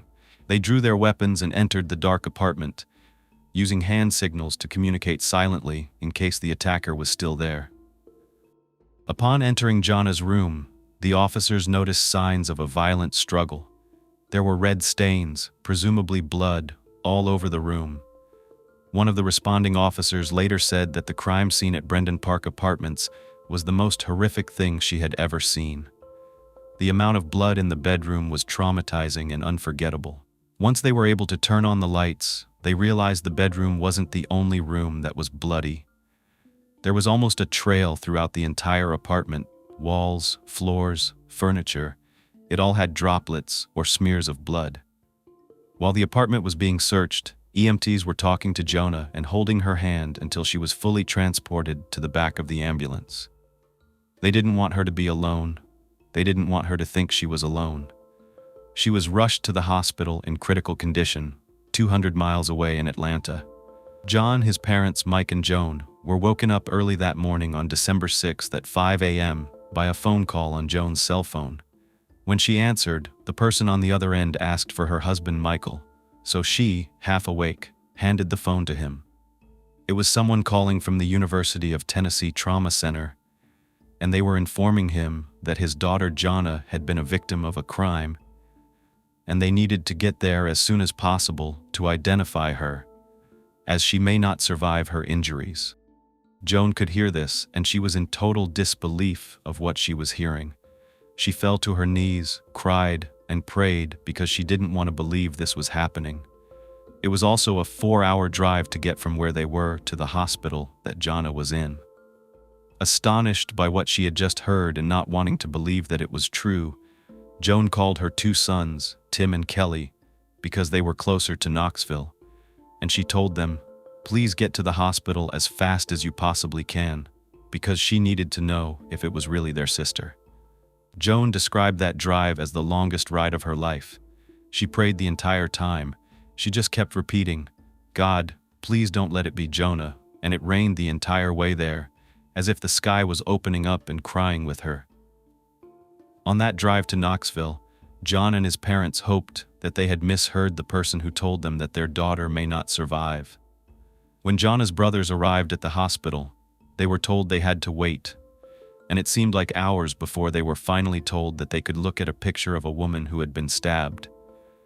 They were praying it wasn't her, but as soon as the doctor flashed the first photograph of a woman's face, they knew. They knew it was her, their little sister. Poor Jonna. It was real. When John's parents arrived, they were still holding out hope, but as soon as they saw Joan's son Kelly run to their car, hysterically crying right outside the hospital in Knoxville, Mike and Joan knew. They knew they had heard right, and the news got worse. Jonna was gone. She did not survive her injuries. The boys had to break the awful news to their mother. Kelly just uttered, "It's Jonna, Mom," and it was the most horrific day of their lives. They weren't even able to comprehend the magnitude of their loss at this point, and while they were left to grieve, detectives were working on Jonna's case. After the ambulance had rushed her to the hospital, investigators cordoned off her apartment, and they started to search for evidence. The first thing investigators noticed was that it didn't seem like there were any forcible entry points at the apartment. Either this person was let in, or they had a key, or one of the doors was left unlocked. The first person they wanted to speak to was Jonna's roommate. After all, he was there, and they already had a few things that they thought were suspicious about his version of what happened that night. For one thing, why did he walk 14 minutes to a gas station to get help? I wanted to understand this for myself, so I pulled up a map to see the path that Jason potentially took. We cannot know for sure which stores were there at the time, but I do notice that this area is pretty residential in nature. They're living in an apartment complex, and there's another one right next door. There's a post office, but this is 4 o'clock in the morning. That's going to be closed. The library isn't going to be open. After going down 10 Mile Road, he would have had the choice to go either left or right, and he chose to go left because there really isn't anything to the right as far as businesses are concerned, especially businesses that would be open at this point. He probably knew that the gas station was open 24/7. That was most likely the closest place that he knew he could have gotten help. I don't see anything else that would have been open. There's a coffee shop, a Dollar General, and again, we don't even know if those places were there at the time. But I thought, couldn't he have stopped and tried to get a neighbor to let him use their phone, which, in my mind, would have been way more convenient, considering he lives in a pretty large apartment complex. If you look at the overhead view right here, there are a number of buildings, whether it's in their own apartment complex or the neighboring one, and even around that there's a neighborhood on 10 Mile Road. It seems like there would have been a lot of residents in that area. So I was confused, as I'm sure the police were too, about why he would travel that far to use a phone. They were also curious about the wound on his hand. Could there have been a struggle between him and Jonna? Could he be the one responsible? That's their first question, but they have many more. Jason was released pretty quickly from the hospital, and he presented himself voluntarily to the Knoxville Sheriff's Department. He wanted to give an official statement. Jason and Jonna's relationship was the subject of the investigators' interest. He told police that he met Jonna in college and was letting her stay with him when she returned to Knoxville 6 weeks ago. He explained that he had a girlfriend named Stephanie Keene and that she and Jonna were friends. Nevertheless, the investigators pressed him about whether they were more than friends, and Jason swore that he and Jonna never had a romantic relationship and that he didn't even have any romantic feelings toward her. Still, the police continued to question Jason repeatedly about his story. Jason said he returned home from work around 10:30 p.m. and Jonna was still awake, wrapping presents for Christmas right inside their door, in this area right here in the apartment. You can still see some unwrapped toys on the floor in this crime scene photo. Jonna made her way to bed soon after Jason got home from work, and after he entered his bedroom, he fell asleep. Jason said he remained in that sound sleep until he was woken up by Jonna screaming in the middle of the night. When Jason rolled over, he looked at the clock and noticed it was 4 a.m. At first, he thought that Jonna was having a nightmare, but still, he went to find out what was going on. When he opened his bedroom door, he saw a silhouette of someone he didn't recognize, a stranger. Someone was in their apartment. It was a man, and he was coming out of Jonna's room. The intruder noticed Jason, and without hesitation, Jason said the man ran toward him, grabbed him by the shoulders, and pushed him back into his bedroom and onto his bed. Then a struggle ensued. According to Jason's version of events, he said he could see that the man had a knife and had started to stab him, which caused all of his wounds. At some point, he was able to push the assailant off him. That's when he rushed past the assailant, out of his bedroom door, then proceeded out of the front door, down that first long flight of stairs, out of the glass door that everybody shared, down the other tiny staircase, and all the way toward the gas station to call for help. When the investigators asked him whether or not he saw Jonna, he said he never did. He could only hear her screaming, and he knew he had to get out of the apartment to save his life. He had no idea, according to him, what was going on in her bedroom. We know what happened the rest of the time because when he got to that convenience store, the clerk called 911, and that's how authorities were able to get to the scene. However, investigators were piecing together Jonna's final moments. They asked Jason, "Which door did you escape the apartment through?" He said that as he was running, he remembered unlocking the front door. So, they asked him, "How do you think the intruder got access to your apartment?"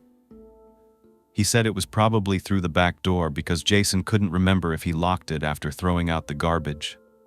However, Jonna was meticulous about locking their doors, especially before she went to sleep at night. She would routinely walk around checking that all the doors were locked, but Jason couldn't say whether that door was locked that night, and he wasn't around to see her check the doors before heading to bed. When investigators searched the back door of the apartment, they found blood. This discovery led them to believe that the intruder had left the apartment through the back door. In comparison to Jonna's fatal injuries, Jason's wounds were relatively superficial, and that concerned investigators. One of Jason's only more severe injuries was a deep incision on his ring finger, which they thought may have been caused by either grabbing the knife from the attacker or by accidentally cutting himself while stabbing Jonna. Not only that, but they were even starting to think his wounds could have been self-inflicted. Investigators reviewed Jason's 911 call because they wanted to know, are there any inconsistencies between what he said on the phone and what he's telling them now? While Jason told the dispatcher that he heard Jonna screaming when he ran out of the house, in his interview, Jason said he wasn't sure when he heard her screaming because remember, he said that's what woke him up. He was very hesitant when they asked him to take a polygraph, but he said he wanted to clear his name, so he agreed to take it. However, when the polygrapher told him he had failed, Jason just kept denying killing Jonna. He stated that he actually feared for his own life because the murderer was still out there. He felt like they were accusing him of killing his friend, and he became even more upset. The polygrapher even had to tell him to calm down, but Jason kept getting louder, yelling at the man, "Why would I voluntarily take this test if I had something to hide?" He just kept saying he felt like they thought he did this, and the polygrapher said, "Well, it sure looks like you did," which riled Jason up more. The argument went back and forth, with Jason becoming very heated, and the polygrapher kept saying, "There is no reason for you to get mad." But for Jason, there was. He was being accused of murder, and it's not something to take lightly. Well, then a second polygrapher reviewed Jason's lie detector test results and determined that the first examiner had made some mistakes, and that Jason had actually passed. Kind of sketchy, but then again, these things are not a science, and that's why they're not admissible in a court of law. Jason was also all they had at this point, so they took this opportunity to ask him to sit down with a sketch artist to draw his description of the suspect. Jason said the man had short brown or blonde hair and a square chin. He was younger, possibly in his 20s, stocky, and kind of had droopy eyes that were shaped like pecans. He was under 200 pounds, maybe around 180. So, authorities released the image to the news and waited for tips to come in. Meanwhile, back at the crime scene in Jason's bedroom, investigators found a piece of cardboard on the floor with a partial shoe print on it, so they went ahead and preserved that as evidence. Now here's the part of the story that angered me and saddened me. Outside Jonna's apartment door, there were signs that she had tried to get help from her neighbors, which is just heartbreaking to me, and it was heartbreaking for investigators to see, some of whom had children of their own.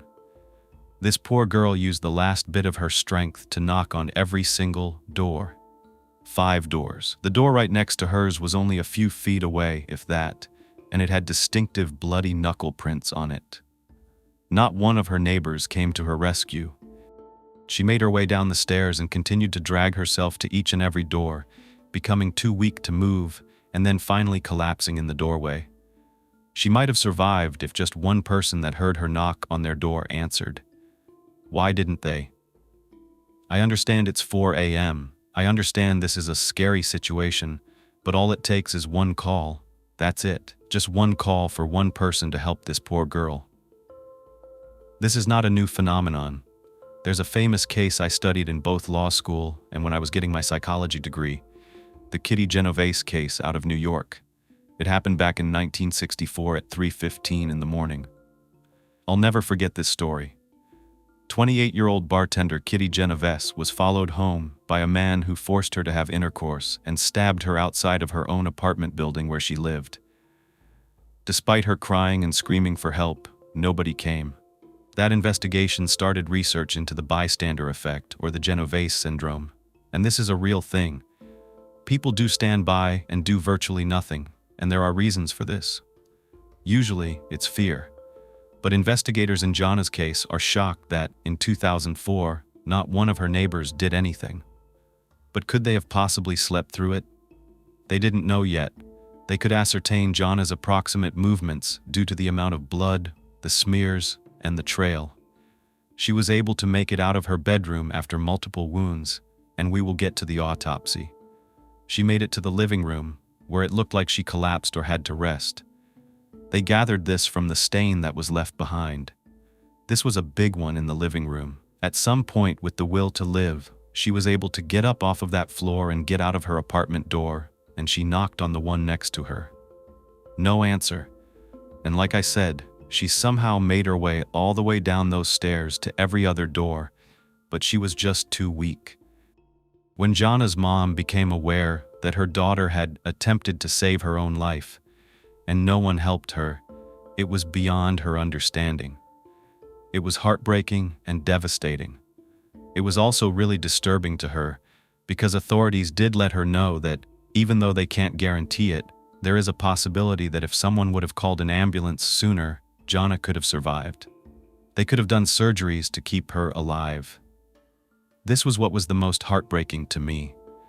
Envisioning your child's last moments. That's something that I would replay over and over again in my head because I'm already doing that now.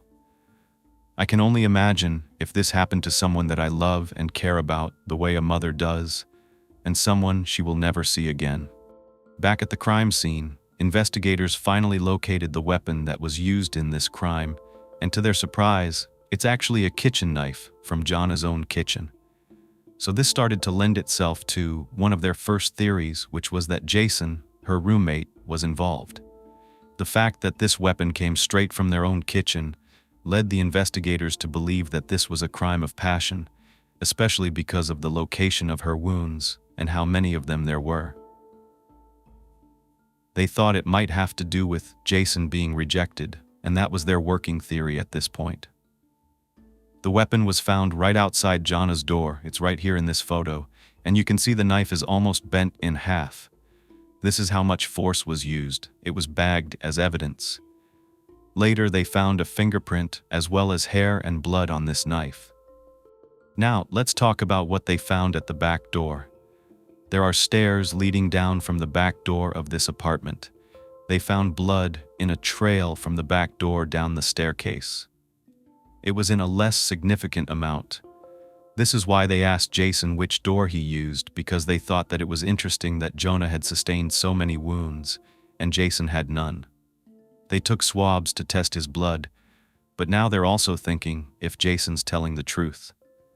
Whoever this blood belongs to could be the person that did this. When these types of crimes occur and forces are used, we obviously know how slippery the weapon can become. A lot of times the assailant actually gets injured in the process, so that is why they were interested in the wound on Jason's hand. Because of where the trail was, they also determined that the person was right-handed. It coincided with the fact that he would have been holding the knife in that hand, and that's where the blood trail was, down the right side of the staircase handrail. So now their next step would be to attempt to either eliminate Jason by finding out if there was somebody else in that area treated for a significant hand wound on the right hand on the night of the crime or sometime thereafter, or finding out if it was Jason's blood. They also needed to find out about the shoe print that they found on the cardboard box in Jason's room. These were their two biggest clues right now. Meanwhile, they also had to move on to another man in Jonna's life, another person who could have had the passion to lead them to do something like this. It was the other Jason, Jason White, her fiancé. Jason had to be notified about losing his fiancée, just like everyone else had been. Jason was 600 miles away in Lansing, Michigan, when his future mother-in-law, Jonna Berry, called him at 10 a.m. to give him the devastating news. Just 12 hours earlier, Jonna had been alive, speaking with him on the phone. It would have been shocking to get a call like this. When Jonna told Jason, he let out a frightening scream, and it was so loud that it was heard outside of his apartment door. A neighbor, Melissa, was so concerned that she went over to see what was wrong, and all she saw him do was sit there, hysterically crying. When he could finally speak, he told Melissa what was going on and that he couldn't do anything for himself. She had to help him pack his things to get him to the airport, to get him on that flight, because he needed to get by Jonna's side as soon as possible. Jason was beside himself, but that didn't matter to police. As soon as he got into town, they asked him to come in for an interview. Investigators questioned Jason White for 4 hours to determine whether he had any involvement. They wanted to know all about their relationship. They asked him, "Are you a jealous guy?" Jonna was very pretty. Did you get jealous if she was talking to other guys, living with another guy? But Jason swore that he and Jonna had a great relationship and that they were in love, and he had nothing to do with her murder. They found through phone records that Jonna talked to Jason until about 11:30 p.m. the night she was murdered. During his interview, Jason White told investigators that he and Jonna spoke almost every night until she drifted off to sleep. They questioned whether Jason White would have been able to drive from Michigan to Tennessee, or fly, or take a train, carry out this crime at the time they believed it occurred, and then get back to Michigan. But when they looked into all this, there was no way he could have accomplished it. Because of this, Jason White, Jonna's fiancé, was cleared of suspicion. No one had anything bad to say about either of them. Both Jonna and Jason's friends all loved them and said they were great people who didn't have any enemies, and they had a loving relationship. Jonna's family also loved having Jason White in their lives, and they were looking forward to him becoming their son-in-law. The entire Berry family eagerly anticipated Jonna's wedding, but now they were planning Jonna's funeral. It was all too unreal. 3 days after her murder, Jonna was laid to rest in Bristol, Tennessee, and it rained through the entire funeral. Sadly, Jonna would never be alive to experience her wedding, but she was wearing both her wedding dress and her engagement ring. Jason wanted her to keep it, of course, and he put that ring on her finger for the last time as she was laid to rest. Unfortunately, it would not slide onto her ring finger due to how swollen it was, so he had to put it on her pinky. Jonna's murder ripped a large hole in her parents' hearts. As far as Mike and Jonna Berry were concerned, their daughter Jonna had no enemies, and they had no idea why anyone would want to hurt her. Jonna loved life so much. Her parents couldn't even imagine a world without her in it. Things would never be the same for the Berry family. During her funeral, everyone commented on her roommate Jason's behavior. There were many people there, especially her family, who were mad that he even showed up. They really believed he had something to do with her murder. The fact that he didn't try to help her or stay behind to see if she got out alive was an issue. It's something that many of Jonna's friends and family members could not understand. Why leave her? Some people said that he acted weird. He was too calm. But he had just been through a traumatic experience. Even though investigators had done as much as they could to rule Jason out of the picture, they did have a theory that made sense to them. They think that Jason had shown interest in Jonna and she rejected him, which caused him to stab her in a fit of rage. So, investigators returned to Jonna's apartment with Jason after the murder and asked him to walk through the crime scene. Jason recounted the horrific events of that morning in December, and investigators were actually pretty surprised by his lack of emotion. In their view, Jason might be emotionally avoiding describing the murder because he committed it. Or maybe he was just dealing with the trauma in his own way. He was just so matter-of-fact. Even Jason's girlfriend, Stephanie, started to question things. Even though he maintained his innocence, there was just this "what if" lingering in the back of her mind. That must be really hard. You want to trust the person you love. You don't want to believe they did anything like this, but at the same time, do you really know a person? A crime lab tested the blood from the apartment, and the blood drops by the back door. The DNA discovered at the crime scene matched Jonna and Jason, but also a third person, an unknown male. Finally, the DNA results confirmed Jason's story. Someone else was there. Someone else was injured. Someone else bled and fled. This DNA was found on a light switch, on the weapon, and outside the back door down that staircase I showed you that leads out of the back of the apartment. Jason's blood was not found in this location. It was found in the front, on the doorknob and the door lock, confirming his story and thus finally clearing him as a suspect. However, the allegations against him tarnished Jason's reputation. Not only was he traumatized and injured after hearing about his roommate's death, but he also had to live with survivor's guilt, wishing that he could have done something more. But he was also accused of being her murderer. Because of all this, he had to leave town. He moved to Colorado with his brother. He was suffering from chronic pain and reoccurring nightmares, and that's if he could fall asleep, because he was also dealing with insomnia. Since Jason was terrified of living alone, he stayed with his brother for almost 2 years. Unfortunately, Jason's healthcare only covered about a quarter of his hospital bills, and the financial strain was debilitating for him. He was never the same after this incident. Although investigators repeatedly accused Jason of having superficial wounds, he later came forward and said that he suffered a collapsed lung as a result of the attack. There's nothing superficial about an injury like that, and looking back, I feel bad for Jason being wounded in such a traumatic way. It's mentally taxing, even if the wounds weren't as deep as the ones that killed Jonna. That emotional pain runs deep. We do not know what it's like to be in that situation, so I try really hard not to place judgment on him. After clearing Jason, investigators were even more determined to find out who the DNA belonged to. They were excited to run this DNA, and Jonna's family finally thought they were going to get answers. But there was no match in the Curtis database, and that's very frustrating.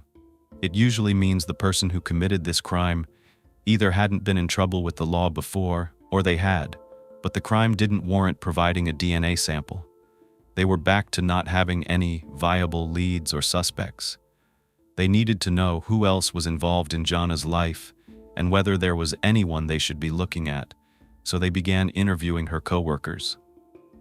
Several of her co-workers from Zales thought that her murder might have something to do with what happened in the parking lot a few hours before her murder. Her manager, Diana Johnson, told police that another co-worker had walked Jonna to her car, but apparently a Chevy Blazer kept circling them as though they were watching the girls. Then, when Jonna got in her car, the SUV followed her out of the parking lot. The police looked into this but did not get any further leads. Then the neighbors started coming forward. Remember, they do not have all the details we do, so they were reporting being woken up at 4 a.m. with the sound of someone frantically pounding on their doors. At least 2 neighbors said that they heard the sound around the same time. When they were explaining this, they were thinking back through everything they knew, and they said they assumed it was the assailant, not Jonna. After Jonna's murder, Brendan Park Apartments was buzzing with rumors. When authorities were coming in and out of her unit, the common area was still being used, but the apartment complex replaced that bloody carpet within days. Then they said something, that her death was a result of domestic violence. That was not correct. This wasn't a dispute between a couple or a family member.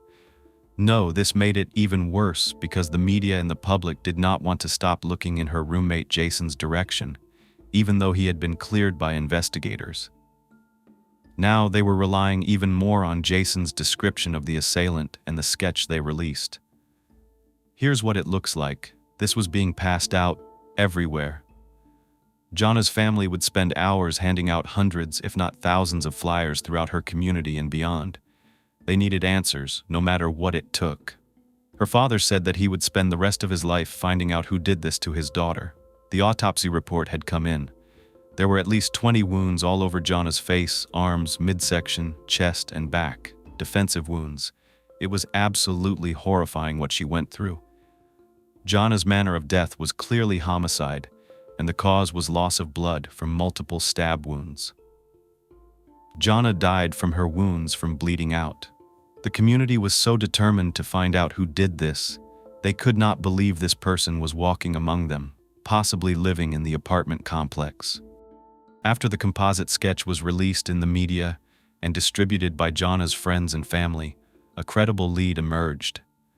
The tip was that there was a group of boys who had been committing robberies near Jonna's neighborhood around the same time as the murder. And one of these boys was a 19-year-old named Michael Percival. He only lived 1 to 2 miles away from Brendan Park Apartments, and he also looked very similar to the sketch, which is why this triggered someone to call in. There was also an outstanding arrest warrant for Michael regarding a totally unrelated crime, so investigators brought him in for questioning. When he was brought in, his shoes were the first thing investigators looked at. They were size 11 Earth Sole slip-ons with a very distinctive bottom. The shoes looked exactly like the ones that could have made the print on that cardboard in Jason's bedroom, so investigators were excited. They thought they might have found their guy. They contacted the district attorney to get a warrant to collect the shoes, as well as DNA and fingerprints. Meanwhile, while they were waiting, they began to question Michael, asking him where he was on the night of the crime. Shockingly, Michael started telling them everything. He admitted to playing a role in both Jonna's murder and Jason's stabbing. Investigators could not believe this. Michael revealed that Jason and Jonna owed money to a drug dealer. Michael was a drug dealer's friend and drove him to Brendan Park Apartments on December 6, 2004, to collect payment from Jason and Jonna. However, he was waiting, and when his friend didn't show back up to the car after a few minutes, Michael headed to Jason and Jonna's apartment. That's when he saw the drug dealer stabbing them. and he described the entire layout of the apartment in detail. There were some issues, though. The more Michael talked, the less sense his story made, and as a result, investigators started to doubt his confession. There was no match between his DNA, his fingerprints, or the shoes. According to the police, Michael just wanted to be in the spotlight. He wanted to be involved in a high-profile case. That is sick. That is such a waste of time, leading the investigators in the wrong direction. Of course, he was ruled out as a suspect, and the case came to a dead end once again. Mike and Jonna Berry, along with the Knox County Sheriff's Department, announced in February 2005 a $10,000 reward for any information leading to an arrest concerning the murder of Jonna Berry. As a matter of fact, Jonna called the investigators and the police every single day, asking for an update. During a press conference, Mike Berry said they needed to get the murderer of his daughter off the streets and prosecute him to the fullest extent of the law. He wanted people to keep focus on what's important, finding out who murdered Jonna on December 6, 2004.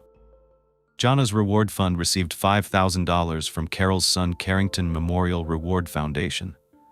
The foundation honors Carol's son, her daughter Julie, and their friend Silvina Peloso, who were killed in 1999 by a serial killer named Cary Stayner in the Yosemite Mountains.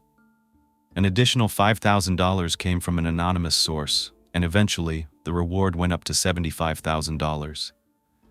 But even as more tips came in, nothing solid came out of them, and years went by with no answers. However, the Berry family never gave up. They pressed authorities to do more and more, especially for victims of these types of crimes.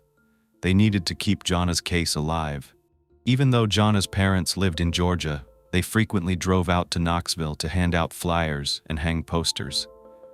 Jonna had a goal, and that was to keep her daughter in the public eye, so she would call Tennessee news stations all the time. Several grocery chains in Tennessee actually featured Jonna's picture and the reward information on their delivery trucks, so as they drove up and down the interstate, investigators hoped that someone would recognize something about her case. The entire time, Jonna Berry worked tirelessly for her daughter. She was also working a full-time job. It's like having two full-time jobs to dedicate yourself to. In 2007, a break came in Jonna's case because of Jonna and Mike's dedication to keeping their daughter's name in the public eye. On one of those many highways throughout Tennessee, a driver noticed Jonna's billboard. He saw the composite sketch and thought it looked like a man he knew, someone named Taylor Olson. This tip caught investigators' attention because he did resemble the composite sketch, even more so than the guy who gave the false confession. Taylor was also a young man. He was in his early 20s and came from a very affluent family. Taylor Olson was born in 1985 in Eugene, Oregon, and had a 16-month-old son. When his family was interviewed, they said that Taylor was a creative young man who wrote incredible poems and was a talented artist. He had a loving heart and a wonderful, infectious way of making people laugh and smile. They also said that he had a passion and talent for riding dirt bikes and a deep love for animals, especially his beloved dog, Paris. He loved spending quality time with friends and family, and he definitely didn't sound like the type of guy they were looking for. Even when they showed Jason, the roommate, Taylor's picture, he could not confirm that this was the guy who stabbed him and Jonna that night. Investigators were not too sure about this tip. They had already wasted their time with another guy they thought could be the suspect, and they didn't want to waste their time again. However, they realized while running his information that Taylor had been arrested before. However, it wasn't for anything like this. While investigating Taylor Olson, they noticed that he had an outstanding warrant for a probation violation, so they arrested him to bring him in for questioning. During his detention in July of 2007, Taylor Olson voluntarily provided a DNA sample. When questioned about Jonna's murder, he denied any involvement at all. The DNA test results were delayed for several months due to a backlog at the crime lab, so in the meantime, Taylor Olson was just sitting in custody while investigators waited patiently for the outcome of the tests. Finally, on December 20th, 2007, investigators on Jonna's case received a call that they had been waiting for. They hear this all the time and think, yes, 3 years, it's been 3 years. They have a match. Taylor Olson's DNA was a match for the blood found on the back staircase. His DNA was discovered in the hallway, the living room, the door handle, and that staircase. One of his fingerprints was on the murder weapon. Investigators were confident it was Taylor Olson who murdered Jonna. Again, they brought him back in for questioning to confront him about what they had found, and once again Taylor denied killing Jonna. He kept saying he didn't know how his blood could have gotten there. Investigators responded, saying, "It's because you were there. That's why." However, this time, investigators had forensic evidence at their disposal. After 2 days of interrogating him and attempting several different techniques, they finally got a confession. They had to do the good cop, bad cop routine. Despite Taylor denying it over and over again and refusing to back down, these investigators were persistent, and it paid off because he finally confessed. According to Taylor, he and a friend who lived near Jonna tried to steal a car from the Brendan Park apartments. They were walking around the parking lot, pulling on the door handles of cars, looking for one that was unlocked so they could hotwire it. While another resident saw him and his friend acting suspiciously in the parking lot, he yelled at them to get out of there. Taylor's friend fled the scene, but Taylor decided to stay back and continue looking for a vehicle. He wasn't having any luck, so he decided to start trying to open some doors to apartments so he could find some keys. Doing that little thing where you look around for whose keys they are by peeking in the parking lot. He was just going to use those keys to take a car. Taylor was walking around, turning the doorknobs to see if any of the apartments had open doors, and that's when he stumbled upon Jason and Jonna's apartment. He was at the back door, turned the knob, and the door opened smoothly. He said he used his phone as a light source and illuminated the apartment, walking around in this eerie glow, trying to locate some keys. He made his way around the kitchen, the living room, and the foyer. Nothing there. That's when he went into Jonna's room as she slept. He crept beside her bed, opened her bedside table, and began rummaging through it. But as he did, he said that all of a sudden he felt a sharp pain in his arm and heard a woman's voice saying something like, "Who are you?"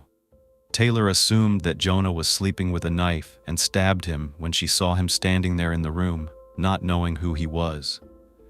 After he realized he was stabbed, he said he panicked and tried to grab the knife. There was a struggle, and then finally, when he gained control of it, he began to frantically stab Jonna. Investigators were not buying this version of events. They believed he grabbed the knife when he was rummaging through the drawers in the kitchen. When he was unsuccessful at locating keys, he knew he was going to go into those bedrooms, and he wanted to arm himself. He went into Jonna's room, and once she woke up, she screamed. They think he stabbed her to stop her from making a scene or from identifying him.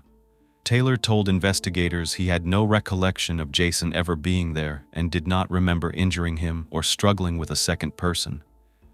After his arraignment, while walking out of the courthouse sobbing, he told the media he didn't mean to kill Jonna, that it was an accident.